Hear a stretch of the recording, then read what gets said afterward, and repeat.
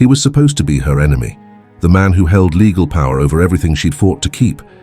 Instead, he offered her something far more dangerous: trust. And when they committed a crime that could destroy them both, she learned that the greatest risk wasn't losing her autonomy. It was discovering she didn't want to face the consequences alone. If you believe love can save you, subscribe now, because this story will prove you wrong.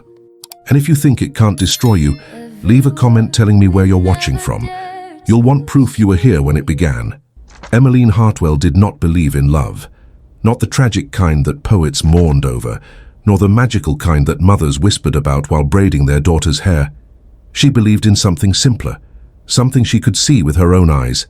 Love cost autonomy, and autonomy was the only currency she'd ever managed to keep. At 24, she had perfected the art of being necessary without being wanted. She managed her late father's crumbling estate in Derbyshire with the precision of a general and the silence of a ghost. The tenants respected her, the creditors feared her, and the neighbouring gentry had long stopped sending invitations she would never accept. It had worked. For 6 years, it had worked beautifully, until the letter arrived. The paper was expensive, too expensive for anyone she knew. The seal bore a crest she recognized only from her father's dusty books, a stag beneath an oak, encircled by Latin she'd never bothered to translate. She held it against the window, where pale morning light turned the parchment translucent. Her hands did not shake. They never did. But her pulse did something strange, a stumble, then a recovery, like a horse catching its footing on uneven ground. She broke the seal. Miss Emmeline Hartwell, it is with regret that I inform you of the passing of your uncle, Lord Percival Ashford, 7th Earl of Greymore. As his sole surviving kin, you are named beneficiary of his estate, including Ashford Manor and its holdings in Kent. I shall arrive at Hartwell House within the fortnight to discuss arrangements. Your servant, Geoffrey Bancroft, Duke of Lindholm, Emmeline, read it twice. Then a third time, slower, as though the words might rearrange themselves into something more manageable.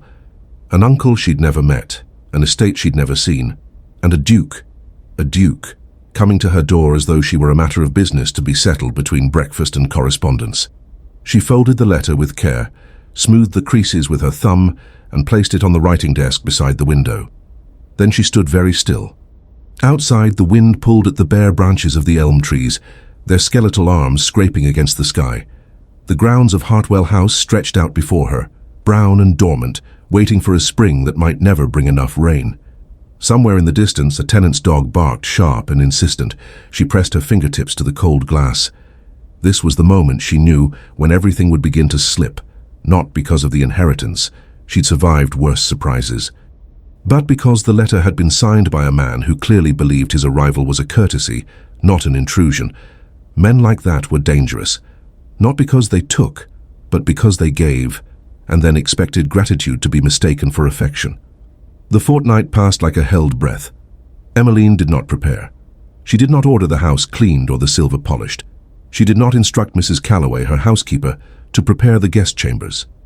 Instead, she spent the days as she always did, walking the eastern fields with the land steward, reviewing the tenant ledgers, writing letters to creditors in her father's name because his signature still carried more weight than hers ever would. On the 13th day, she stood in the library, her fingers tracing the spines of books she would never have time to read. The sound of hooves on gravel reached her first, steady, unhurried, the rhythm of someone who had never needed to rush toward anything in his life. She did not move toward the window. Mrs. Calloway's voice drifted up from the entrance hall, high and flustered. "Your Grace, we were not expecting—" That is, Miss Hartwell did not mention. A man's voice, low and even, cut through the flurry. "No harm done, Mrs. Calloway. I should have sent word ahead." "Is Miss Hartwell at home?" Emmeline closed her eyes. The timbre of his voice was wrong. It wasn't clipped or commanding. It was patient, gentle. She hated it immediately. "I'm here." Her voice carried down from the landing as she descended the stairs, each step deliberate, her spine straight. She did not hurry. She did not smooth her skirts or check her reflection in the hall mirror. The Duke of Lindholm stood in her entrance hall as though he had every right to be there. He was taller than she'd expected, broader in the shoulders. His coat was dark blue wool, well tailored but not ostentatious. and his cravat was tied with the kind of careless precision that suggested a valet who knew better than to fuss. His hair was brown, touched with copper where the light from the window caught it, and his eyes were the problem. They were kind, not polite, not distant. Kind, and they were looking directly at her. "Miss Hartwell." He inclined his head, a gesture that managed to be both respectful and familiar. "Forgive the intrusion. I should have written again before arriving." "You wrote once. That was sufficient." Her tone was flat, controlled. She stopped 3 steps from the bottom of the staircase, so that they were nearly eye to eye. Something flickered across his face. Surprise, perhaps, or amusement. It was gone before she could name it. "I'm Geoffrey Bancroft," he said, as though she might have forgotten. "Duke of Lindholm, I've come to discuss your uncle's estate." I gathered. Silence stretched between them, taut as a wire. Mrs. Calloway hovered near the doorway, her hands twisting in her apron. Emmeline did not look at her. Geoffrey's mouth curved just slightly, not quite a smile. "Shall we speak in private?" It was not a question. Emmeline descended the final steps, her heels clicking against the worn stone. "The drawing room. Mrs. Calloway, tea is unnecessary." "Miss, I really think... unnecessary?" The housekeeper's mouth thinned, but she nodded and disappeared down the corridor toward the kitchens. Emmeline turned and led the way into the drawing room, without waiting to see if he followed. He did. The drawing room was cold, the fire had not been lit, and the heavy curtains were still half drawn against the morning light. Emmeline did not apologize. She moved to the window and pulled the curtains open with a sharp tug, flooding the room with pale, wintry sun. Geoffrey stood near the doorway, his hands clasped loosely behind his back. He did not sit. He did not speak. She turned to face him. "You didn't need to come," she said. "A letter from your solicitor would have sufficed." "Perhaps." He tilted his head slightly, studying her. "But I prefer to handle matters of this nature in person." "Why?" The question landed between them like a stone dropped into still water. Geoffrey's brow furrowed, just a fraction. "Because it seemed the decent thing to do." Decent. She let the word hang there, cold and flat. His jaw tightened. It was a small movement, barely perceptible, but she saw it. The first crack in his composure. "Good. Miss Hartwell," he said carefully, "I understand this situation may be unexpected, but your uncle's will is clear. You are the sole heir to his estate. However, there are complexities, that require a degree of cooperation between us." Emmeline crossed her arms. "What kind of complexities?" He hesitated, and that hesitation told her everything. "The estate is entailed," he said finally. "Your uncle's will grants you ownership of Ashford Manor and its lands, but the title and the legal authority over the estate's management passes to the nearest male relative." She felt her breath catch just once before she forced it steady again. "And that would be you?" "Yes." The word was quiet, almost apologetic. Emmeline turned back to the window, her hands curling into fists at her sides. Outside, the bare trees swayed in the wind, their branches clawing at the grey sky. "So I inherit the house," she said slowly. "But you inherit the power to do anything with it." "That's one way to phrase it." She laughed. It was a short, sharp sound, devoid of humour. "How would you phrase it, Your Grace?" Behind her, she heard him shift his weight. The floorboards creaked. "I would say," he began, his voice careful, "that we have an opportunity to work together, to ensure the estate is managed in a way that benefits both of us. Work together. Yes." She turned to face him again, her expression flat. "And if I refuse?" His eyes held hers. "Then the estate falls into legal limbo. The tenants suffer. The land deteriorates. And neither of us benefits. So you're not here to help me. You're here to ensure I cooperate." "I'm here," he said quietly, "because it was the right thing to do." And there it was again, that gentleness, that damned, infuriating kindness in his voice. Emmeline felt something twist in her chest, sharp and uncomfortable, like a splinter working its way deeper beneath the skin. She hated him for it. Not for the entailment, not for the power he held over her future, but for standing there in her cold drawing room, speaking to her as though she were a person whose feelings mattered, as though decency could solve anything. "Very well," she said, her voice clipped. We'll work together. I assume you have terms. I do. He reached into his coat and withdrew a folded document. But I'd like to hear yours first. That stopped her. She stared at him, searching for the trap, the manipulation, the underlying demand hidden beneath the offer. But his face remained open, waiting. Why, she asked. Because, he said simply, you know this estate better than I do, and I suspect you know what it needs. Emmeline took the document from his outstretched hand. Their fingers did not touch. She unfolded it slowly, her eyes scanning the neatly written lines. It was fair, unreasonably fair. She looked up at him, suspicion sharpening her gaze. This gives me control over tenant relations, household management and agricultural decisions. Yes. And you retain authority over legal matters and financial negotiations. Yes. Why would you agree to this? Geoffrey's mouth curved again, that same not-quite smile. Because I don't want your estate, Miss Hartwell.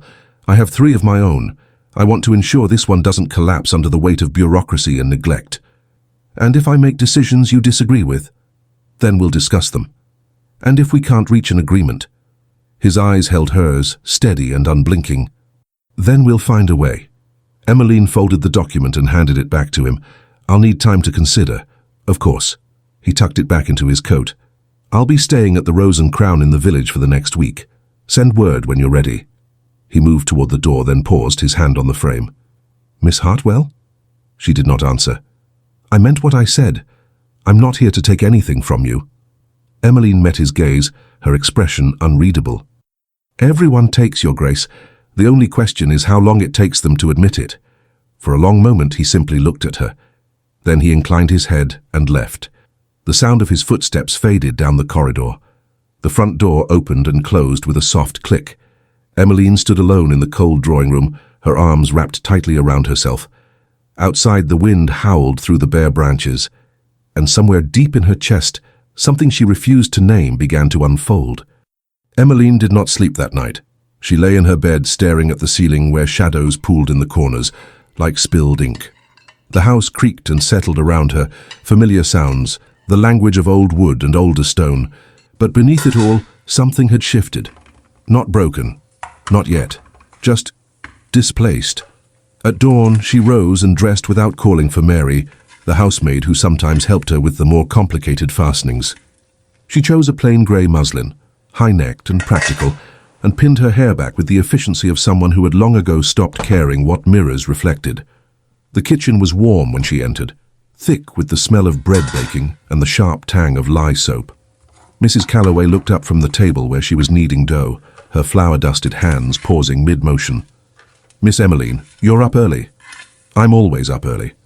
Earlier than usual, I mean. The housekeeper's eyes were shrewd, searching. The Duke seemed a decent sort. Emmeline poured herself tea from the pot on the stove, the steam rising in pale spirals. Decency is a luxury, Mrs. Calloway, and luxuries always come with a price. Perhaps, but he didn't have to come himself, did he? Could have sent a man of business. That would have been preferable. Mrs. Calloway returned to her kneading, the rhythm of her hands steady and sure. Your mother used to say that about your father, you know, that his kindness was the most dangerous thing about him. Emmeline's hand tightened around her teacup. My mother said a great many things. She did, and most of them were true. The silence that followed was not comfortable. Emmeline drank her tea in 3 long swallows, scalding her tongue, and left the kitchen without another word. She spent the morning in her father's study. Her study now, though she still couldn't bring herself to move his things. His pipe still sat in its stand on the desk. His coat still hung on the hook behind the door, smelling faintly of tobacco and old leather. The ledgers were spread before her, columns of numbers that told the story of 6 years spent holding back a tide with nothing but determination and pride. It wasn't enough anymore. She knew that. Had known it for months. But knowing and admitting were different animals entirely. A knock at the door pulled her from the arithmetic of desperation. Yes? Mrs. Calloway entered, carrying a folded note on a small silver tray that had belonged to Emmeline's grandmother. This just arrived from the village, miss. The boy's waiting for a reply. Emmeline took the note, her stomach tightening with something that wasn't quite dread. The handwriting was neat, masculine, unfussy. Miss Hartwell, I've taken the liberty of reviewing the steward's reports from Ashford Manor. There are matters requiring immediate attention, a dispute over grazing rights and repairs needed to the tenant cottages before winter worsens. If you're amenable, I would welcome your perspective. I'll be riding to Ashford this afternoon. You're welcome to accompany me, should your schedule permit. J. Bancroft. No flourishes. No Your Grace or Yours faithfully. Just the facts, and an invitation that didn't feel like a command. Emmeline read it twice, searching for the manipulation she knew must be there. She found only pragmatism, and that bothered her more than any demand would have. "Tell the boy I'll be ready within the hour," she said, her voice flat. Mrs. Calloway's eyebrows rose. "You're going. The estate is mine, isn't it? Even if the authority isn't." "Miss." "Within the hour, Mrs. Calloway." The housekeeper withdrew, her expression troubled. Emmeline folded the note and placed it beneath the account ledger, where she wouldn't have to look at it. Then she pressed her palms flat against the desk and breathed. This was practical, necessary, nothing more. The lie sat bitter on her tongue, but acknowledging that would mean admitting he'd already gotten under her skin, and she refused to give him that power. Geoffrey arrived at 1:30, riding a grey gelding that looked far too expensive to be subjected to Derbyshire's rutted roads. He was dressed more simply than before. No formal coat, just riding clothes in dark brown and a cravat tied with deliberate looseness. He looked comfortable. That bothered her more than it should have. Emmeline met him in the courtyard, already mounted on her own horse, a chestnut mare named Vesper, who had been her father's before age, and arthritis made riding impossible. Geoffrey's expression flickered with something, surprise, perhaps approval, before settling back into neutrality. "Miss Hartwell, thank you for agreeing to come. You didn't give me much choice. You could have refused, and let you make decisions about my estate without me. I'm not that foolish, Your Grace." His mouth twitched, almost a smile, but not quite. "I'm beginning to suspect you're not foolish at all." She didn't dignify that with a response. Instead, she turned Vesper toward the lane and urged her into a trot. Geoffrey followed. They rode in silence for the first mile. The countryside stretched around them, brown and sleeping beneath a sky the color of old pewter. The air was cold enough that their breath misted, and the ground beneath the horses' hooves was hard with frost that hadn't yet surrendered to the weak afternoon sun. Emmeline kept her eyes forward, her posture rigid. Geoffrey rode beside her, not ahead or behind. Equal. That too bothered her, as though he were deliberately refusing to claim the authority that law granted him, as though his restraint was meant to prove something she didn't want to be proven to. "How long since you've been to Ashford?" he asked eventually. "Never." He glanced at her, genuine surprise crossing his features. "Never? But your uncle—" "My uncle and my father did not speak. I never knew he existed until your letter arrived." Geoffrey was quiet for a moment. "I see. Do you?" "I think so, yes." He shifted in his saddle, leather creaking. "Family is complicated, especially when inheritance is involved." "Is that the voice of experience?" "My father disowned my younger brother for marrying a vicar's daughter." His tone was matter-of-fact, but something darker moved beneath it. "They reconciled eventually, 3 days before my father died." Emmeline turned to look at him then, searching his profile. Her instinct was to offer sympathy. She crushed it. "That must have been difficult," she said, her voice carefully neutral. "For my brother, yes. For my father—" Geoffrey's jaw tightened. "I think he died angry that he'd wasted so much time being proud." "And you, were you angry?" "I was angry that no one asked me if I thought the marriage was acceptable. My opinion might have made a difference." "Would it have been? Acceptable, I mean." "My brother loved her. She made him happy. What else should have mattered?" The simplicity of the statement struck her like a blow. Emmeline looked away, her hands tightening on the reins. This was dangerous ground. The kind of conversation that felt like intimacy masquerading as civility. "In my experience, Your Grace, happiness is a poor foundation for any permanent arrangement. What would you prefer? Mutual benefit? Shared interest? Autonomy?" The word came out sharper than she'd intended. Geoffrey said nothing for a long moment. Then, "I wonder if those things are mutually exclusive." "They are." "Are they? Or is that just what you've decided to believe?" Emmeline pulled Vesper to a halt so abruptly the mare tossed her head in protest. She turned to face him fully, her eyes blazing with an anger she didn't entirely understand. "You don't know me, Your Grace. You don't know what I've built or what I've sacrificed to keep it, so perhaps you might spare me the philosophy." Geoffrey stopped his horse as well. He didn't flinch from her anger, didn't smile or deflect or offer platitudes. He just looked at her, his expression open and impossibly calm, and that calm made her want to scream. "You're right," he said quietly. "I don't know you, but I'm trying to." "Why?" "Because we're going to be working together, and I'd rather not do so as adversaries." "We're not adversaries, we're barely even acquaintances." "Then perhaps we should remedy that." Emmeline stared at him, her breath coming faster than it should have from such a short ride. This was the danger. This, the gentleness that felt like reason, the patience that felt like respect, the kindness that made her want to believe he meant what he said. She knew better. She had to know better. "Ashford is another 2 miles, she said, her voice cold. "We're wasting daylight." She urged Vesper forward before he could respond. Behind her, after a pause that felt like a sigh, she heard him follow. Ashford Manor rose from the landscape like something out of a half-forgotten dream. It was larger than Hartwell House, 3 stories of golden Cotswold stone, with tall windows that caught the light and threw it back in fractured gleams. The grounds were better maintained, the drive lined with bare-branched oaks that would be magnificent in summer. It was beautiful, and Emmeline hated it on sight. Not for what it was, but for what it represented, the life her father had been denied, the connection severed by pride or anger, or some grudge she would never understand. A steward waited for them at the entrance, a thin man with grey hair and anxious eyes. He bowed stiffly as they dismounted. "Your Grace, Miss Hartwell, welcome to Ashford." "Mr. Pemberton." Geoffrey's voice was warm, easy. "Thank you for your patience. I know this transition has been complicated."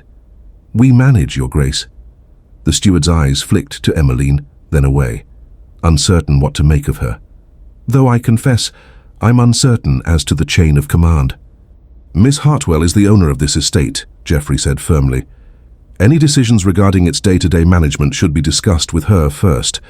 I hold legal authority by virtue of the entailment, but I have no intention of exercising it without her consultation." Pemberton's eyebrows rose fractionally. "I see. Do you?" Emmeline's voice was quiet, controlled, but beneath it ran a thread of steel. "Because your tone suggests otherwise." The steward's face flushed. "Forgive me, Miss Hartwell, I meant no disrespect. It's only that Lord Ashford was very particular about how things were run, and I'm uncertain how to proceed." Emmeline stepped closer, her eyes never leaving his. "You'll proceed by showing me the account books, the tenant agreements and the list of pending repairs. Then you'll explain the grazing dispute in detail, and then we'll discuss what needs to change." Pemberton blinked. "Change, miss?" "Did I stutter?" "No, miss, of course not." He cleared his throat. "If you'll follow me." He led them into the house, his footsteps quick and uncertain on the marble floors. Geoffrey fell into step beside Emmeline, his voice low. "You didn't need me to say that. About consulting you." "No," she agreed, her tone carefully neutral. "I didn't. But I wanted to." She glanced at him sidelong, suspicion flickering. "Why?" "Because it's the truth. And because men like Pemberton need to hear it from someone like me before they'll believe it from someone like you."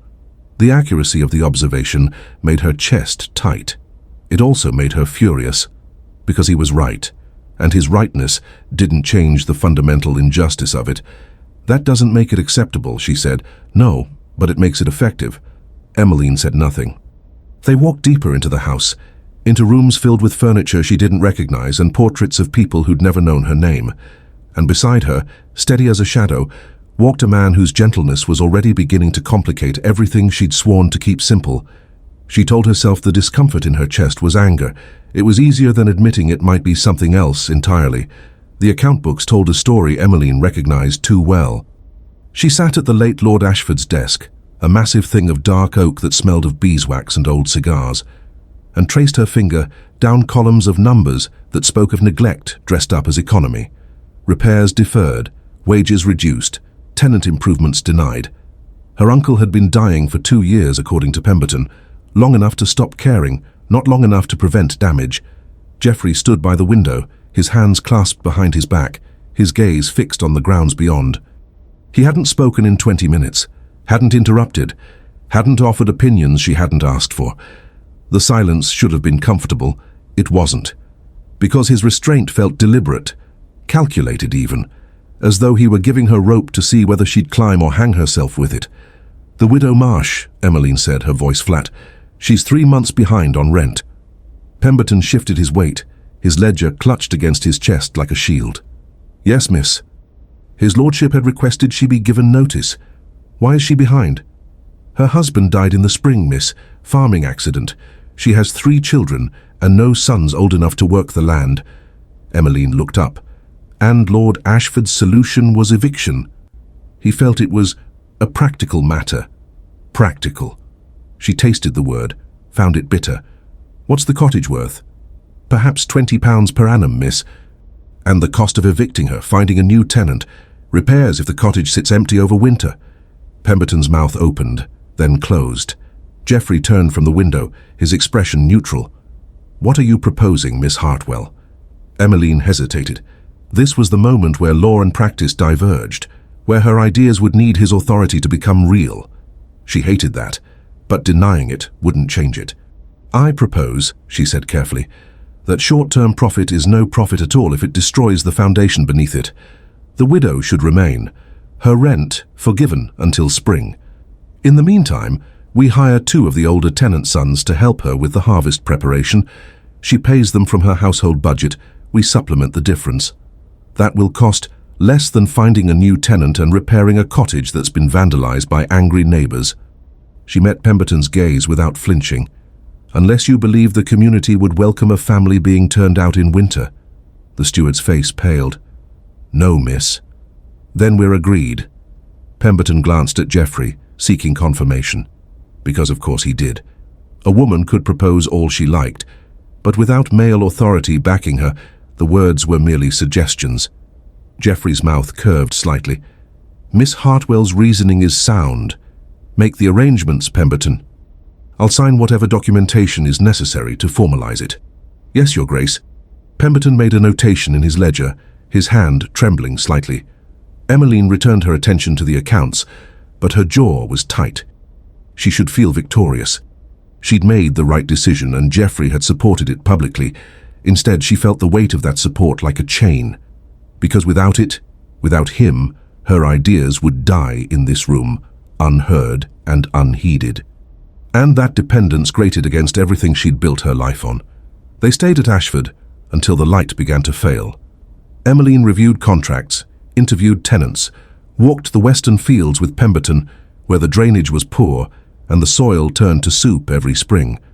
Geoffrey accompanied them, asking questions that were sharp enough to be useful without being intrusive. He deferred to her, publicly, repeatedly, and each time he did, she felt the trap tighten. Not because he was cruel, but because his gentleness came with a price she hadn't agreed to pay. The knowledge that her authority existed only insofar as he allowed it. By the time they mounted their horses for the ride back to Hartwell House, the sky had turned the color of a bruise, purple and grey, heavy with the promise of rain that hadn't yet decided to fall. Emmeline's shoulders ached. Her head throbbed with the weight of decisions made and deferred. And beneath it all, something else pulsed, a restlessness she refused to examine. They rode in silence again, but this time it felt different, heavier. The air between them thick with words neither of them spoke. Halfway home, the rain began. Not the gentle mist of morning, but cold, driving sheets that soaked through wool and muslin within seconds. Vesper tossed her head, ears flicking back in protest. Geoffrey pulled his horse closer. "There's a shepherd's cottage just ahead. We should wait out the worst of it. I've ridden in rain before. I don't doubt it, but your horse hasn't, or she'd be less miserable." Emmeline glanced at Vesper, whose coat was already dark with water, her steps high and uncertain. Damn him for being right. Fine. The cottage was small and dark, its windows shuttered, its door swollen with damp. Geoffrey dismounted first and pushed it open with his shoulder, the wood groaning in protest. Inside, it smelled of earth and sheep and old smoke. A single room barely furnished, a rough table, 2 stools, a cold hearth. Geoffrey led both horses under the narrow overhang where the roof extended beyond the walls, offering them some shelter. Then he returned, water streaming from his coat, his hair plastered to his forehead. Emmeline stood in the center of the room, her arms wrapped around herself. She was shaking, not from fear, but from cold that had seeped bone deep. "There's wood," Geoffrey said, nodding toward the hearth. "I'll get a fire started. I know you can, but I'm already soaked and you're shivering." He moved to the hearth without waiting for permission, kneeling on the stone with the ease of someone who'd done this before. Within minutes, he had kindling arranged and a flame coaxing to life. Emmeline watched him, her jaw tight. This shouldn't feel like weakness. Accepting help with a fire shouldn't feel like surrender. But it did. "Where did you learn that?" she asked, her voice sharper than she intended. "My brother and I used to sneak out of the house when we were boys. We'd camp in the woods and pretend we were soldiers." He added a larger piece of wood, his movements efficient. "Our father was furious when he found out. Not because of the danger, because we'd lowered ourselves to common labor." "And did you? Lower yourself?" Geoffrey glanced at her over his shoulder, firelight catching in his eyes. "I learned how to start a fire and cook a rabbit. I'd say that's elevation, not lowering." Despite herself, Emmeline felt her mouth twitch. She looked away before it could become a smile, before he could see that his stories were working their way under her skin. The fire grew, pushing back the cold and the dark. Steam rose from their wet clothes, turning the small room humid and close. Geoffrey shrugged out of his coat and draped it over one of the stools near the hearth. His shirt clung to his shoulders, the damp fabric outlining the shape of him in ways that were both entirely proper and somehow not. Emmeline kept her gaze fixed on the fire. She would not notice, would not think about the fact that they were alone, unchaperoned, in circumstances that would ruin her reputation if anyone discovered them. Though what did reputation matter when she had none left to protect? "You were right," Geoffrey said after a long silence, "about the widow. I usually am." "No false modesty, then?" "False modesty is a waste of everyone's time." He laughed, a short, surprised sound. "I'm beginning to understand why your neighbors stopped sending invitations. Good. Then you'll know not to waste yours." "I didn't say I agreed with them." Emmeline turned to look at him then, her expression guarded. "Why not?" "Because honesty is rarer than kindness, and considerably more useful. You're kind." It wasn't a compliment. The way she said it made that clear. Geoffrey's smile faded. "You say that like it's an accusation. Isn't it? Why would it be?" Emmeline stood abruptly, moving to the window where rain lashed against the shutters. The words came before she could stop them, pulled from some deep well of resentment she hadn't known she was carrying. Because kindness costs nothing when you have everything. It's easy to be generous when you'll never feel the loss. Easy to defer to me when you know that legally, practically, in every way that matters, you hold all the power. You think I don't understand loss? I think you understand inconvenience. There's a difference. The silence that followed was sharp enough to draw blood. When Geoffrey spoke again, his voice was quiet, controlled, but beneath it, something harder. "My mother died when I was 8. My father remarried within the year, a woman who saw my brother and me as obstacles to her own son's inheritance. I spent my childhood watching my father become someone I didn't recognize, all because he was too proud to admit he'd made a mistake." He stood, moving closer but not too close. "I inherited 3 estates drowning in debt because my father spent 20 years trying to prove he was still the man he'd been before grief broke him. It took me 5 years to pull them back from ruin. 5 years of decisions that cost people their livelihoods, their homes, their dignity." His eyes held hers, unflinching. "So no, Miss Hartwell, I don't just understand inconvenience. I understand exactly what it costs to be kind when the easy choice would be expedient." Emmeline's breath caught. She wanted to look away. Couldn't. "Then why?" she asked, her voice barely above a whisper. "Why be kind at all? Why not just take what you're entitled to and let the rest sort itself?" Geoffrey was quiet for a moment. When he answered, his voice was softer, almost sad. "Because someone has to decide that people matter more than precedent, and if we don't, the ones with power, with choices, then who will?" The rain hammered against the roof, the fire crackled, and between them something shifted, not breaking, but bending under weight it had never been meant to carry. Emmeline turned back to the window, her hands curling into fists against the rough wood of the shutter. She didn't want to understand him, didn't want to see the exhaustion in his face or hear the conviction in his voice, didn't want to acknowledge that his gentleness might be real. "You're dangerous," she said finally. "I'm trying to help." "That's what makes you dangerous." She felt rather than saw him move closer, not touching, just present. "What are you afraid of, Emmeline?" The use of her given name should have felt like an intrusion, a presumption. Instead, it felt like an acknowledgement of something already true. "I'm not afraid." "No?" "No." She forced herself to turn, to meet his gaze. "I'm practical. I know how this works. You'll be kind until it costs you something real, until the choice is between my welfare and yours. And then you'll do what men with power always do. You'll choose yourself and call it necessity." Jeffrey's jaw tightened. "And if I don't, then you'll be the first. Would that be so terrible?" "Yes," she wanted to say, "because if you're different, then everything I've believed is wrong, and I've built my entire life on those beliefs. If they're false, then what am I?" But she didn't say any of that. Instead, she moved past him, back toward the fire, putting distance between them that felt increasingly meaningless. "The rain is letting up," she said. "We should go." Jeffrey didn't argue. He collected his coat, helped her mount Vesper, swung up onto his own horse with the easy grace of someone born to it.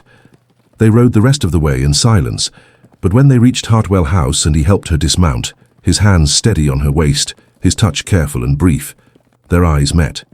And Emmeline felt something inside her chest crack. Just a hairline fracture. But fractures, she knew, were how everything eventually broke. 3 days passed before Emmeline saw Jeffrey again. 3 days in which she told herself the relief she felt was practical, not personal. 3 days of reviewing Ashford's accounts by lamplight until her eyes burned and the numbers blurred into meaningless shapes. 3 days of pretending the memory of his hands on her waist didn't surface every time she closed her eyes. On the 4th day, a message arrived. Not a letter this time. A package wrapped in brown paper and tied with ordinary twine. No crest, no formality. Inside, a leather-bound ledger, its pages crisp and unused, and a note in that same unfussy handwriting. For Ashford's new accounting system. The old one was designed to hide problems, not solve them. "I've taken the liberty of drafting a new structure. Your approval required before implementation." J. Emmeline turned the ledger over in her hands.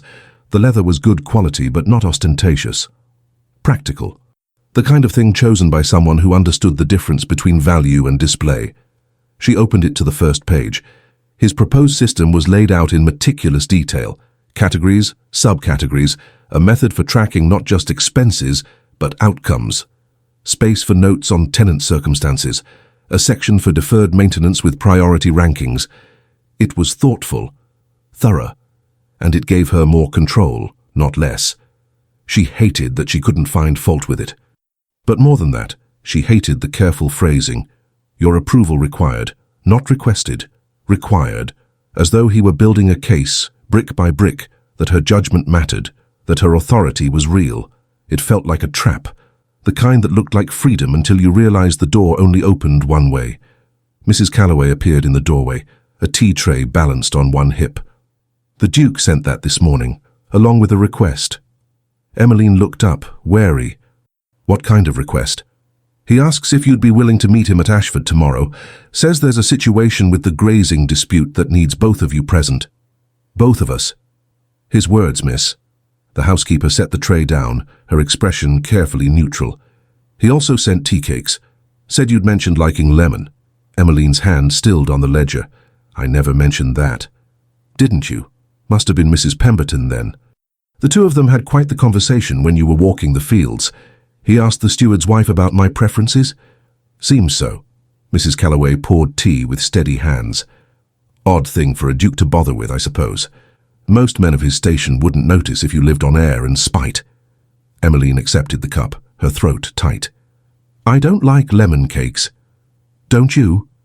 Mrs. Calloway's mouth curved. "Strange, then, that you ate 3 of them at the parish tea last month."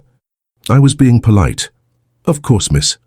The housekeeper withdrew, leaving Emmeline alone with tea she didn't want and cakes that tasted like a problem she couldn't name. She stared at them for a long moment, Then, with deliberate precision, she ate one. It was excellent. She hated him a little more for that. She rode to Ashford the next morning, arriving early enough that mist still clung to the low places between the hills. Geoffrey was already there, standing in the east pasture with Pemberton and two men she didn't recognize. One was older, weathered like driftwood, his clothes marking him as a farmer. The other was younger, broader, with the kind of stillness that suggested either patience or suppressed violence. Geoffrey saw her first. He said something to the group, then walked to meet her as she dismounted. "Miss Hartwell, thank you for coming. You said it required both of us." "It does." He gestured toward the two men. "Thomas Bray and his son William, they farm the land adjacent to the eastern boundary. There's a dispute over where that boundary actually lies." "And the other party?" "The Marsh family, the same widow you chose to help." Emmeline's stomach sank. "I see. I thought you might." His voice was neutral, but something moved behind his eyes, not judgment, something closer to understanding. "This is the complication that comes with mercy, Miss Hartwell. It doesn't exist in isolation.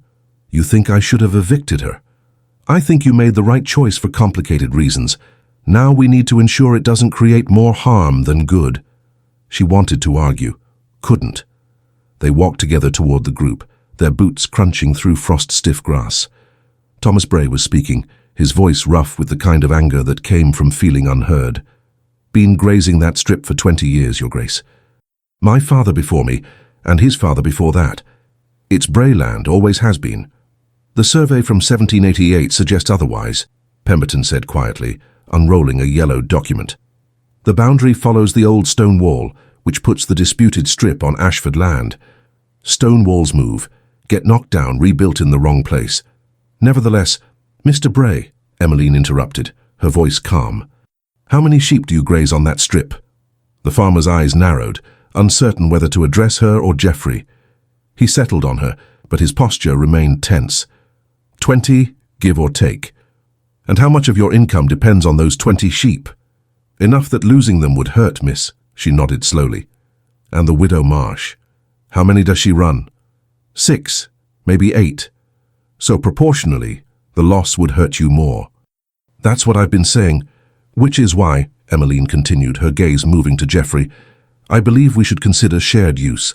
Both families have need. The land can support both herds if managed properly." She paused, waiting. This was the test.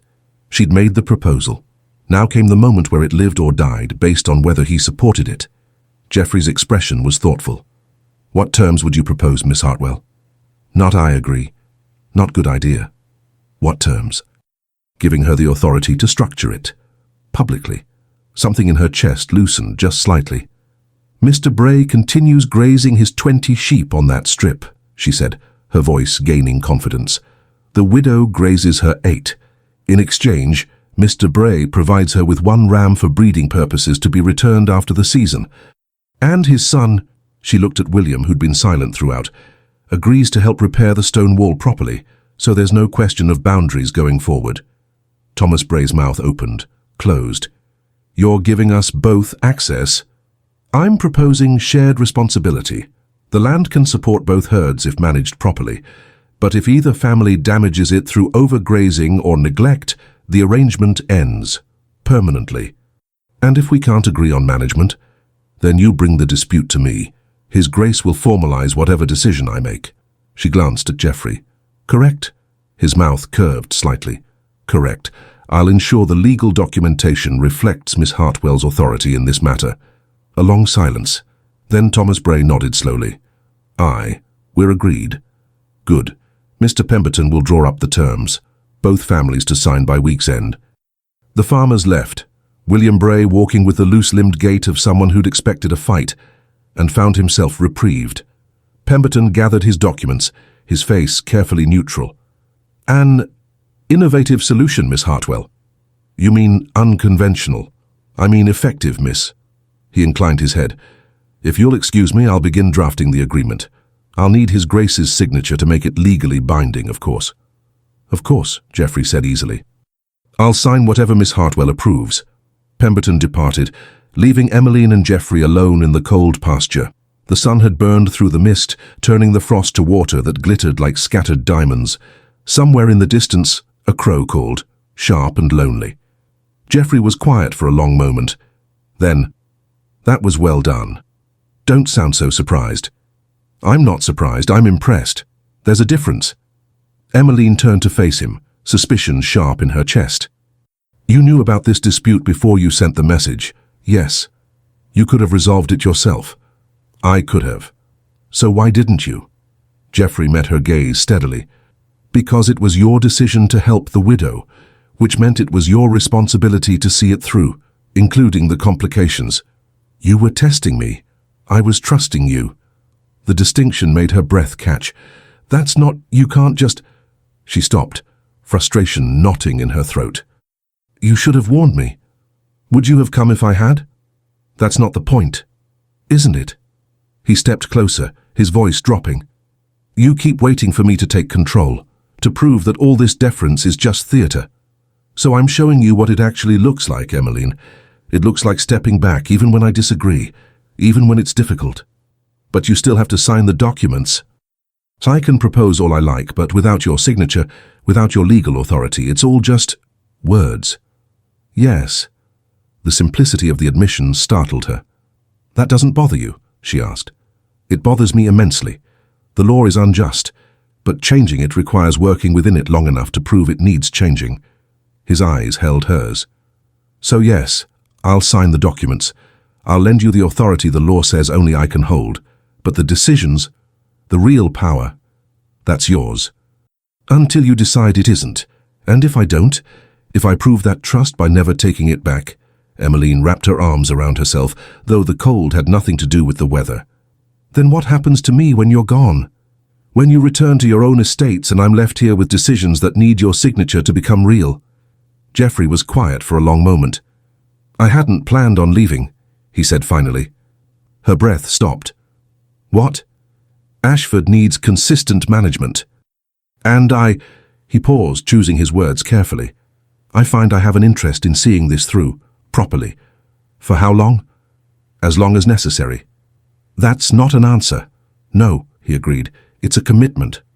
Emmeline stared at him, her pulse wild in her throat. "To the estate." Among other things. The weight behind those words made her chest tight. "I need to return to Hartwell," she said abruptly. "Emmeline, thank you for your assistance with the dispute, Your Grace. The ledger system is acceptable. You may proceed with implementation."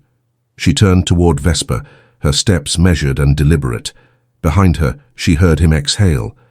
Not quite a sigh, but close. "I'll send word when the documents are ready for review," he said quietly. She mounted without responding and rode away, and only when Ashford was out of sight did she let herself acknowledge the truth. She was terrified. Not of him, but of the fact that his continued presence felt less like an imposition and more like a necessity, and that needing him felt like the beginning of the end of everything she'd built. A week passed in careful avoidance. Emmeline threw herself into Hartwell's affairs with the kind of single-minded focus that had always served as both shield and sword. She walked the fields until her boots were caked with mud. She negotiated with creditors in letters that grew sharper with each exchange. She worked until exhaustion made thought impossible. It didn't help. Because every evening, without fail, a message arrived from Ashford. Not requests, not demands, just information. The widow Marsh signed the grazing agreement. William Bray has begun repairs on the wall. Pemberton reports the drainage project in the western fields should begin next week, weather permitting. The roof on the southernmost cottage is worse than expected. I've authorized emergency repairs. Expense to be split between our accounts as previously discussed. Each note was brief, factual, signed only with his initial. Each one felt like a hand extended across distance she'd deliberately created. On the 8th day, the message was different. "There's been an incident at Ashford. Your presence is required. Come alone." Emmeline read it 3 times, her jaw tight. Come alone. Not a request. A boundary. She should have been offended. Should have written back demanding clarification, asserting her right to bring whomever she pleased. Instead, she found herself in the stables before dawn, saddling Vesper with hands that moved too quickly to be entirely steady. The ride to Ashford felt longer than usual, or perhaps it was just that her thoughts moved faster, spinning through possibilities she didn't want to name. An incident could mean anything: an injury, a theft, a dispute turned violent, or something worse. The sun was barely clearing the eastern hills when she arrived, painting Ashford's stone facade in shades of amber and rose. The beauty of it felt wrong somehow, too peaceful for the urgency in Geoffrey's message. He was waiting in the courtyard, still in riding clothes, his hair dishevelled as though he'd dragged his hands through it repeatedly. When he saw her, relief flickered across his face before settling back into something harder. "Thank you for coming." Emmeline dismounted, her movements brisk. "Your message suggested I didn't have a choice." "You always have a choice." He moved toward the stables, gesturing for her to follow. "But this one is complicated. Most things are. Not like this." The stables were dark and warm, smelling of hay and horse and old leather. In the far stall, a figure huddled against the wall, small, wrapped in a blanket that looked too large for whoever wore it. Geoffrey stopped several feet away, his voice dropping. "Her name is Sarah. She's 15, daughter of one of the tenant farmers on the northern edge of the estate." Emmeline's stomach tightened. "What happened?" "She showed up here 3 nights ago. Wouldn't speak to anyone but Pemberton's wife. Finally told her that she'd been—" He paused, his jaw working.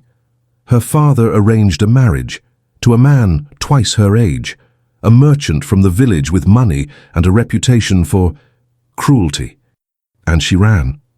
"Yes." Emmeline moved closer, her steps careful. The girl looked up, her face pale and streaked with dirt, her eyes huge in the dim light. "Sarah," Emmeline said softly, "I'm Emmeline Hartwell. I own this estate now." The girl's eyes widened. "You're the lady who helped Mrs. Marsh?"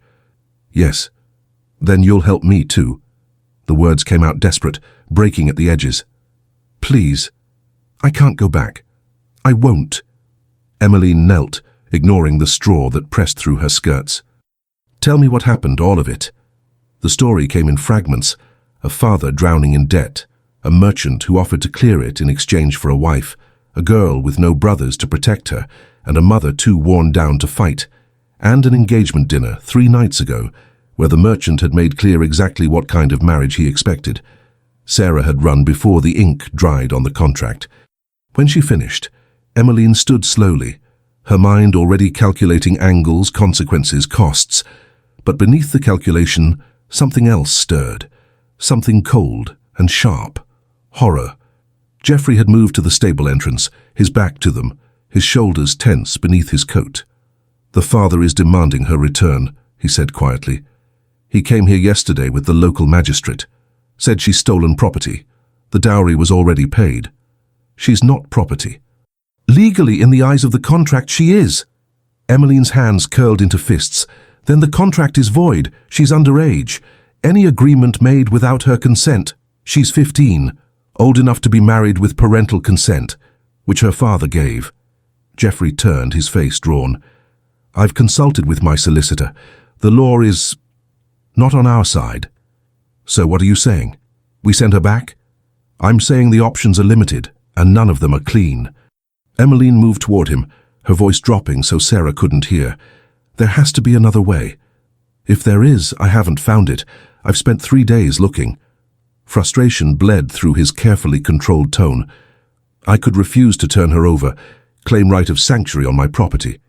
But that would start a legal battle that could drag on for months. And in the end, if we lose, she goes back anyway, under worse circumstances." "Yes."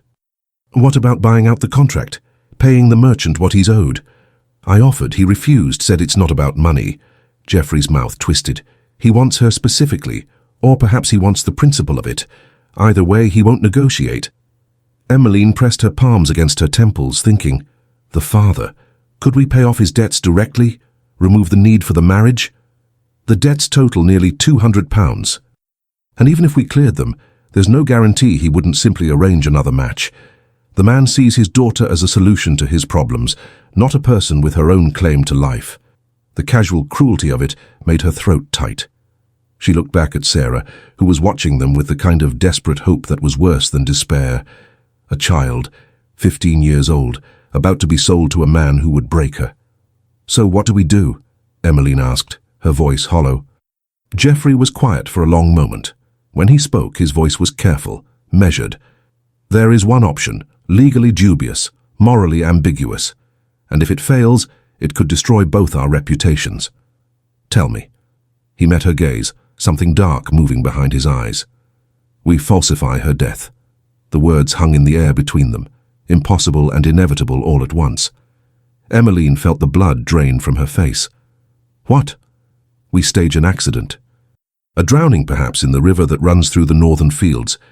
We recover a body, actually one of the unclaimed corpses from the parish poorhouse, similar enough in size and age. We hold a quiet funeral. And Sarah disappears." "To where?" "My brother lives in Scotland. His wife runs a school for girls. Sarah could go there. New name, new life. No one would look for a dead girl." Emmeline stared at him, her pulse roaring in her ears. This was madness, fraud, conspiracy. If anyone discovered it, they would be ruined, arrested, imprisoned, and he was proposing it as though it were a reasonable option. "That's—" She stopped, her voice failing. "That's fraud, conspiracy. If anyone discovers, then we face the consequences. Together. You'd risk that. Your title, your estates, everything you've built." Geoffrey's expression didn't change.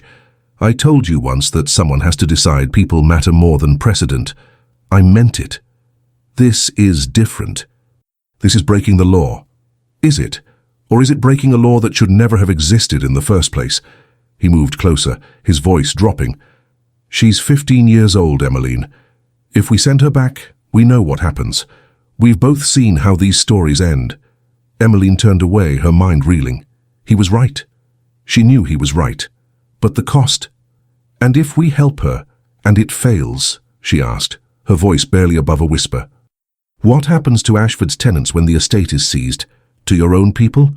"I've thought about that. Weighed it against the cost of doing nothing." His jaw tightened.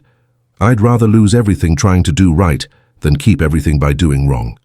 "That's easy to say when you have estates to fall back on, when you've never known real loss." "You think I haven't?" Something sharp entered his voice. "I watched my father destroy himself rather than admit a mistake. I've held men while they wept over debts I couldn't forgive. I've made choices that cost people their homes because the mathematics of survival demanded it.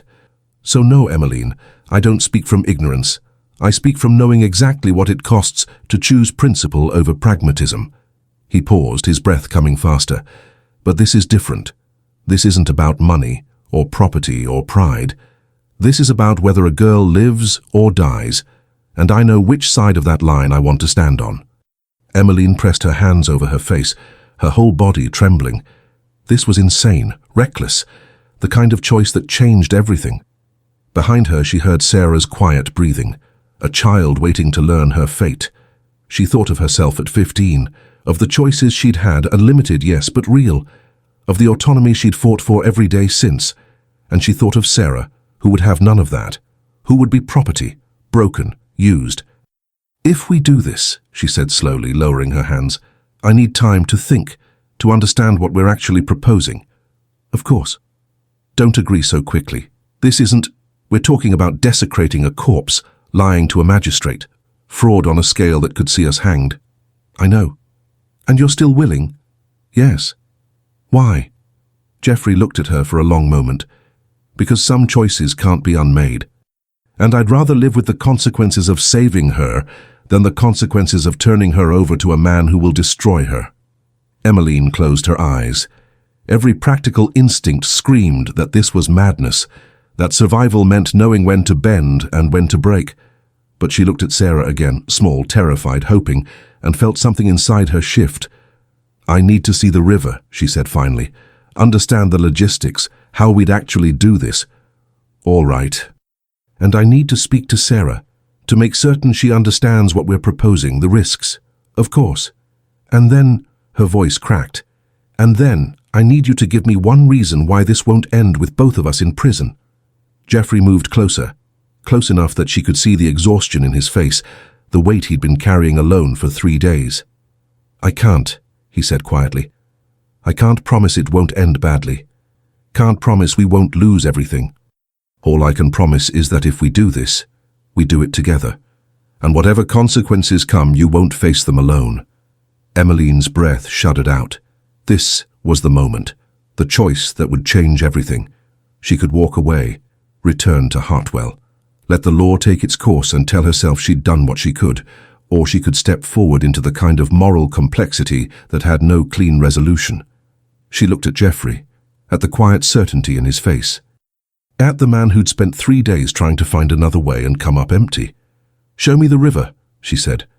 The body was lighter than Emmeline expected. She stood in the cold parish storage room, watching as Geoffrey and the warden wrapped the girl's remains in canvas. The dead girl's face was peaceful, younger than Sarah perhaps, but close enough to lie.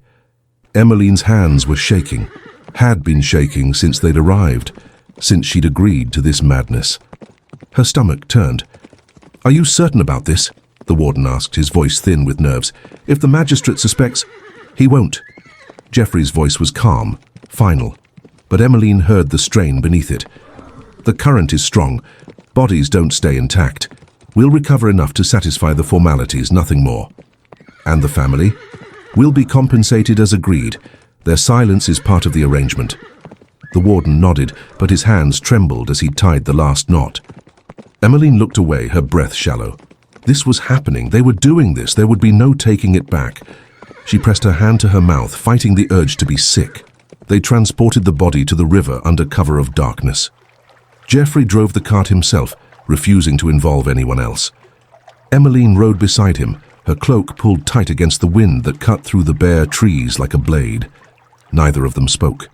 The silence was heavy, oppressive, filled with the weight of what they were about to do. Emmeline's mind felt distant, detached, as though she were watching this happen to someone else. Some other woman who made reckless choices and broke laws and pretended it was for a good reason. The river churned black and silver beneath the moon, swollen with recent rains. The sound of it was deafening, a low, constant roar that swallowed thought. Geoffrey stopped the cart at a bend where the current ran fastest, where rocks jutted like broken teeth, and the bank dropped sharply into deep water. "Here," he said. They unloaded the body together, working in grim silence.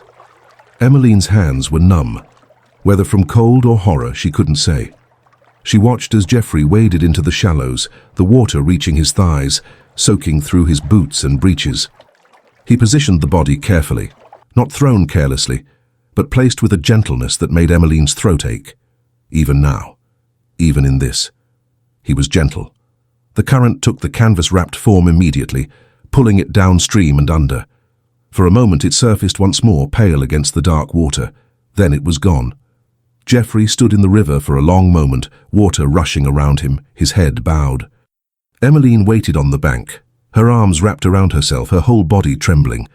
When he finally emerged, his clothes were dripping, his face set in hard lines. "It's done," he said. "Yes." The word came out hollow, empty.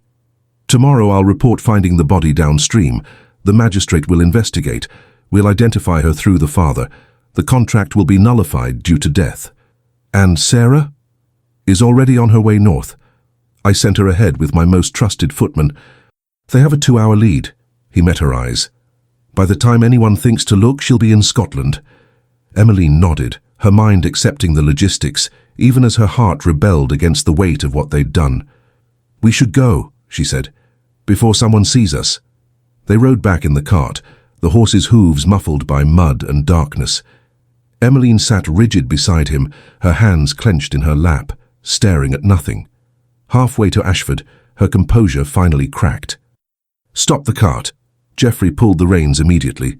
Emmeline, she climbed down before it had fully stopped and walked several paces into the darkness, her hand pressed to her mouth.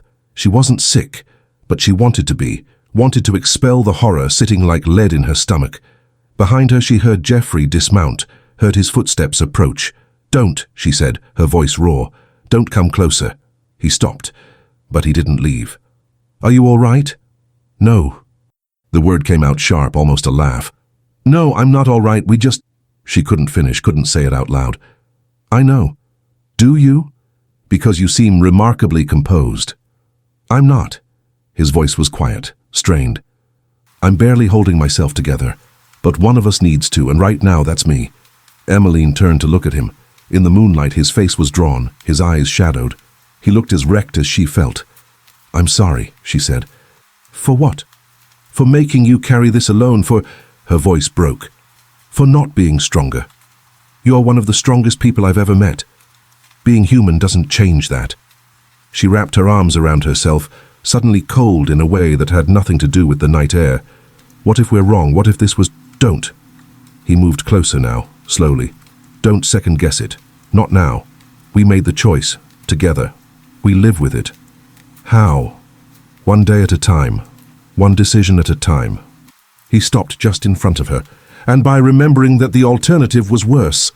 Emmeline looked up at him, tears burning in her eyes. I can't stop seeing her face. The dead girl. She was someone's daughter. Someone's— She was already gone, Emmeline. We didn't kill her, we just borrowed her tragedy to prevent another. That doesn't make it right. No, but it makes it necessary. She wanted to believe him, wanted to let his certainty steady her, but all she felt was hollow. Geoffrey reached out slowly, his hand hovering near her shoulder. "May I?" She nodded, not trusting her voice. His hand settled on her shoulder, warm, steady, grounding, not pulling her closer. "Just there. We'll get through this," he said quietly. "I promise." "You can't promise that." "No, but I can promise I won't let you face it alone." Emmeline closed her eyes, letting herself lean into his touch, just for a moment, just long enough to remember how to breathe. Then she pulled back, composing herself with visible effort. "We should go," she said, "before someone finds us here." "Are you certain you're—" "I'm fine. I need to be fine." She walked back to the cart, her steps measured and deliberate. Geoffrey followed, and they rode the rest of the way in silence that felt less like companionship and more like shared trauma. 3 days later, the magistrate closed the investigation. Death by misadventure. Tragic, but not suspicious. The merchant withdrew his claims, the father accepted a small payment for his grief, and Sarah Hartwell, that had been her name, Emmeline learned later, was buried in the parish churchyard with a marker that bore a lie. Emmeline attended the funeral. It seemed obscene not to. She stood in the cold drizzle, watching strangers mourn a girl who wasn't dead, and felt the full weight of what they'd done settle over her like a shroud. Geoffrey stood on the opposite side of the grave, his expression unreadable. Their eyes met once briefly. In that look, shared guilt, shared conviction, shared burden, and something else, something neither of them could name. After the service, Emmeline walked to her horse without speaking to anyone. She needed to leave, needed to be alone with the horror that hadn't faded even slightly. She was mounting when Geoffrey appeared beside her. "Emmeline." She didn't look at him. "Not now." "When?" "I don't know, I can't—" Her hands tightened on the reins. "I need time." "How much time?" "I don't know that either." Silence stretched between them, heavy with everything unsaid. "A week," he said finally. "Take a week. But after that, we need to discuss what happens next." "There is no next." "It's done." "Is it?" His voice was soft, careful. "Because from where I'm standing, it's just beginning." Emmeline finally looked at him. "What do you mean?" "I mean we're bound now. By this secret, by this choice. That doesn't just disappear because we want it to." "So what are you saying, that we're trapped?" "I'm saying we're connected, whether we like it or not." She stared at him, her chest tight. "I didn't ask for that." "Neither did I. But here we are." Emmeline turned away, unable to bear the weight of his gaze. "1 week. Then we talk." "1 week," he agreed. She rode away without looking back. A week passed in a grey blur of sleepless nights and hollow days. Emmeline couldn't eat, couldn't focus.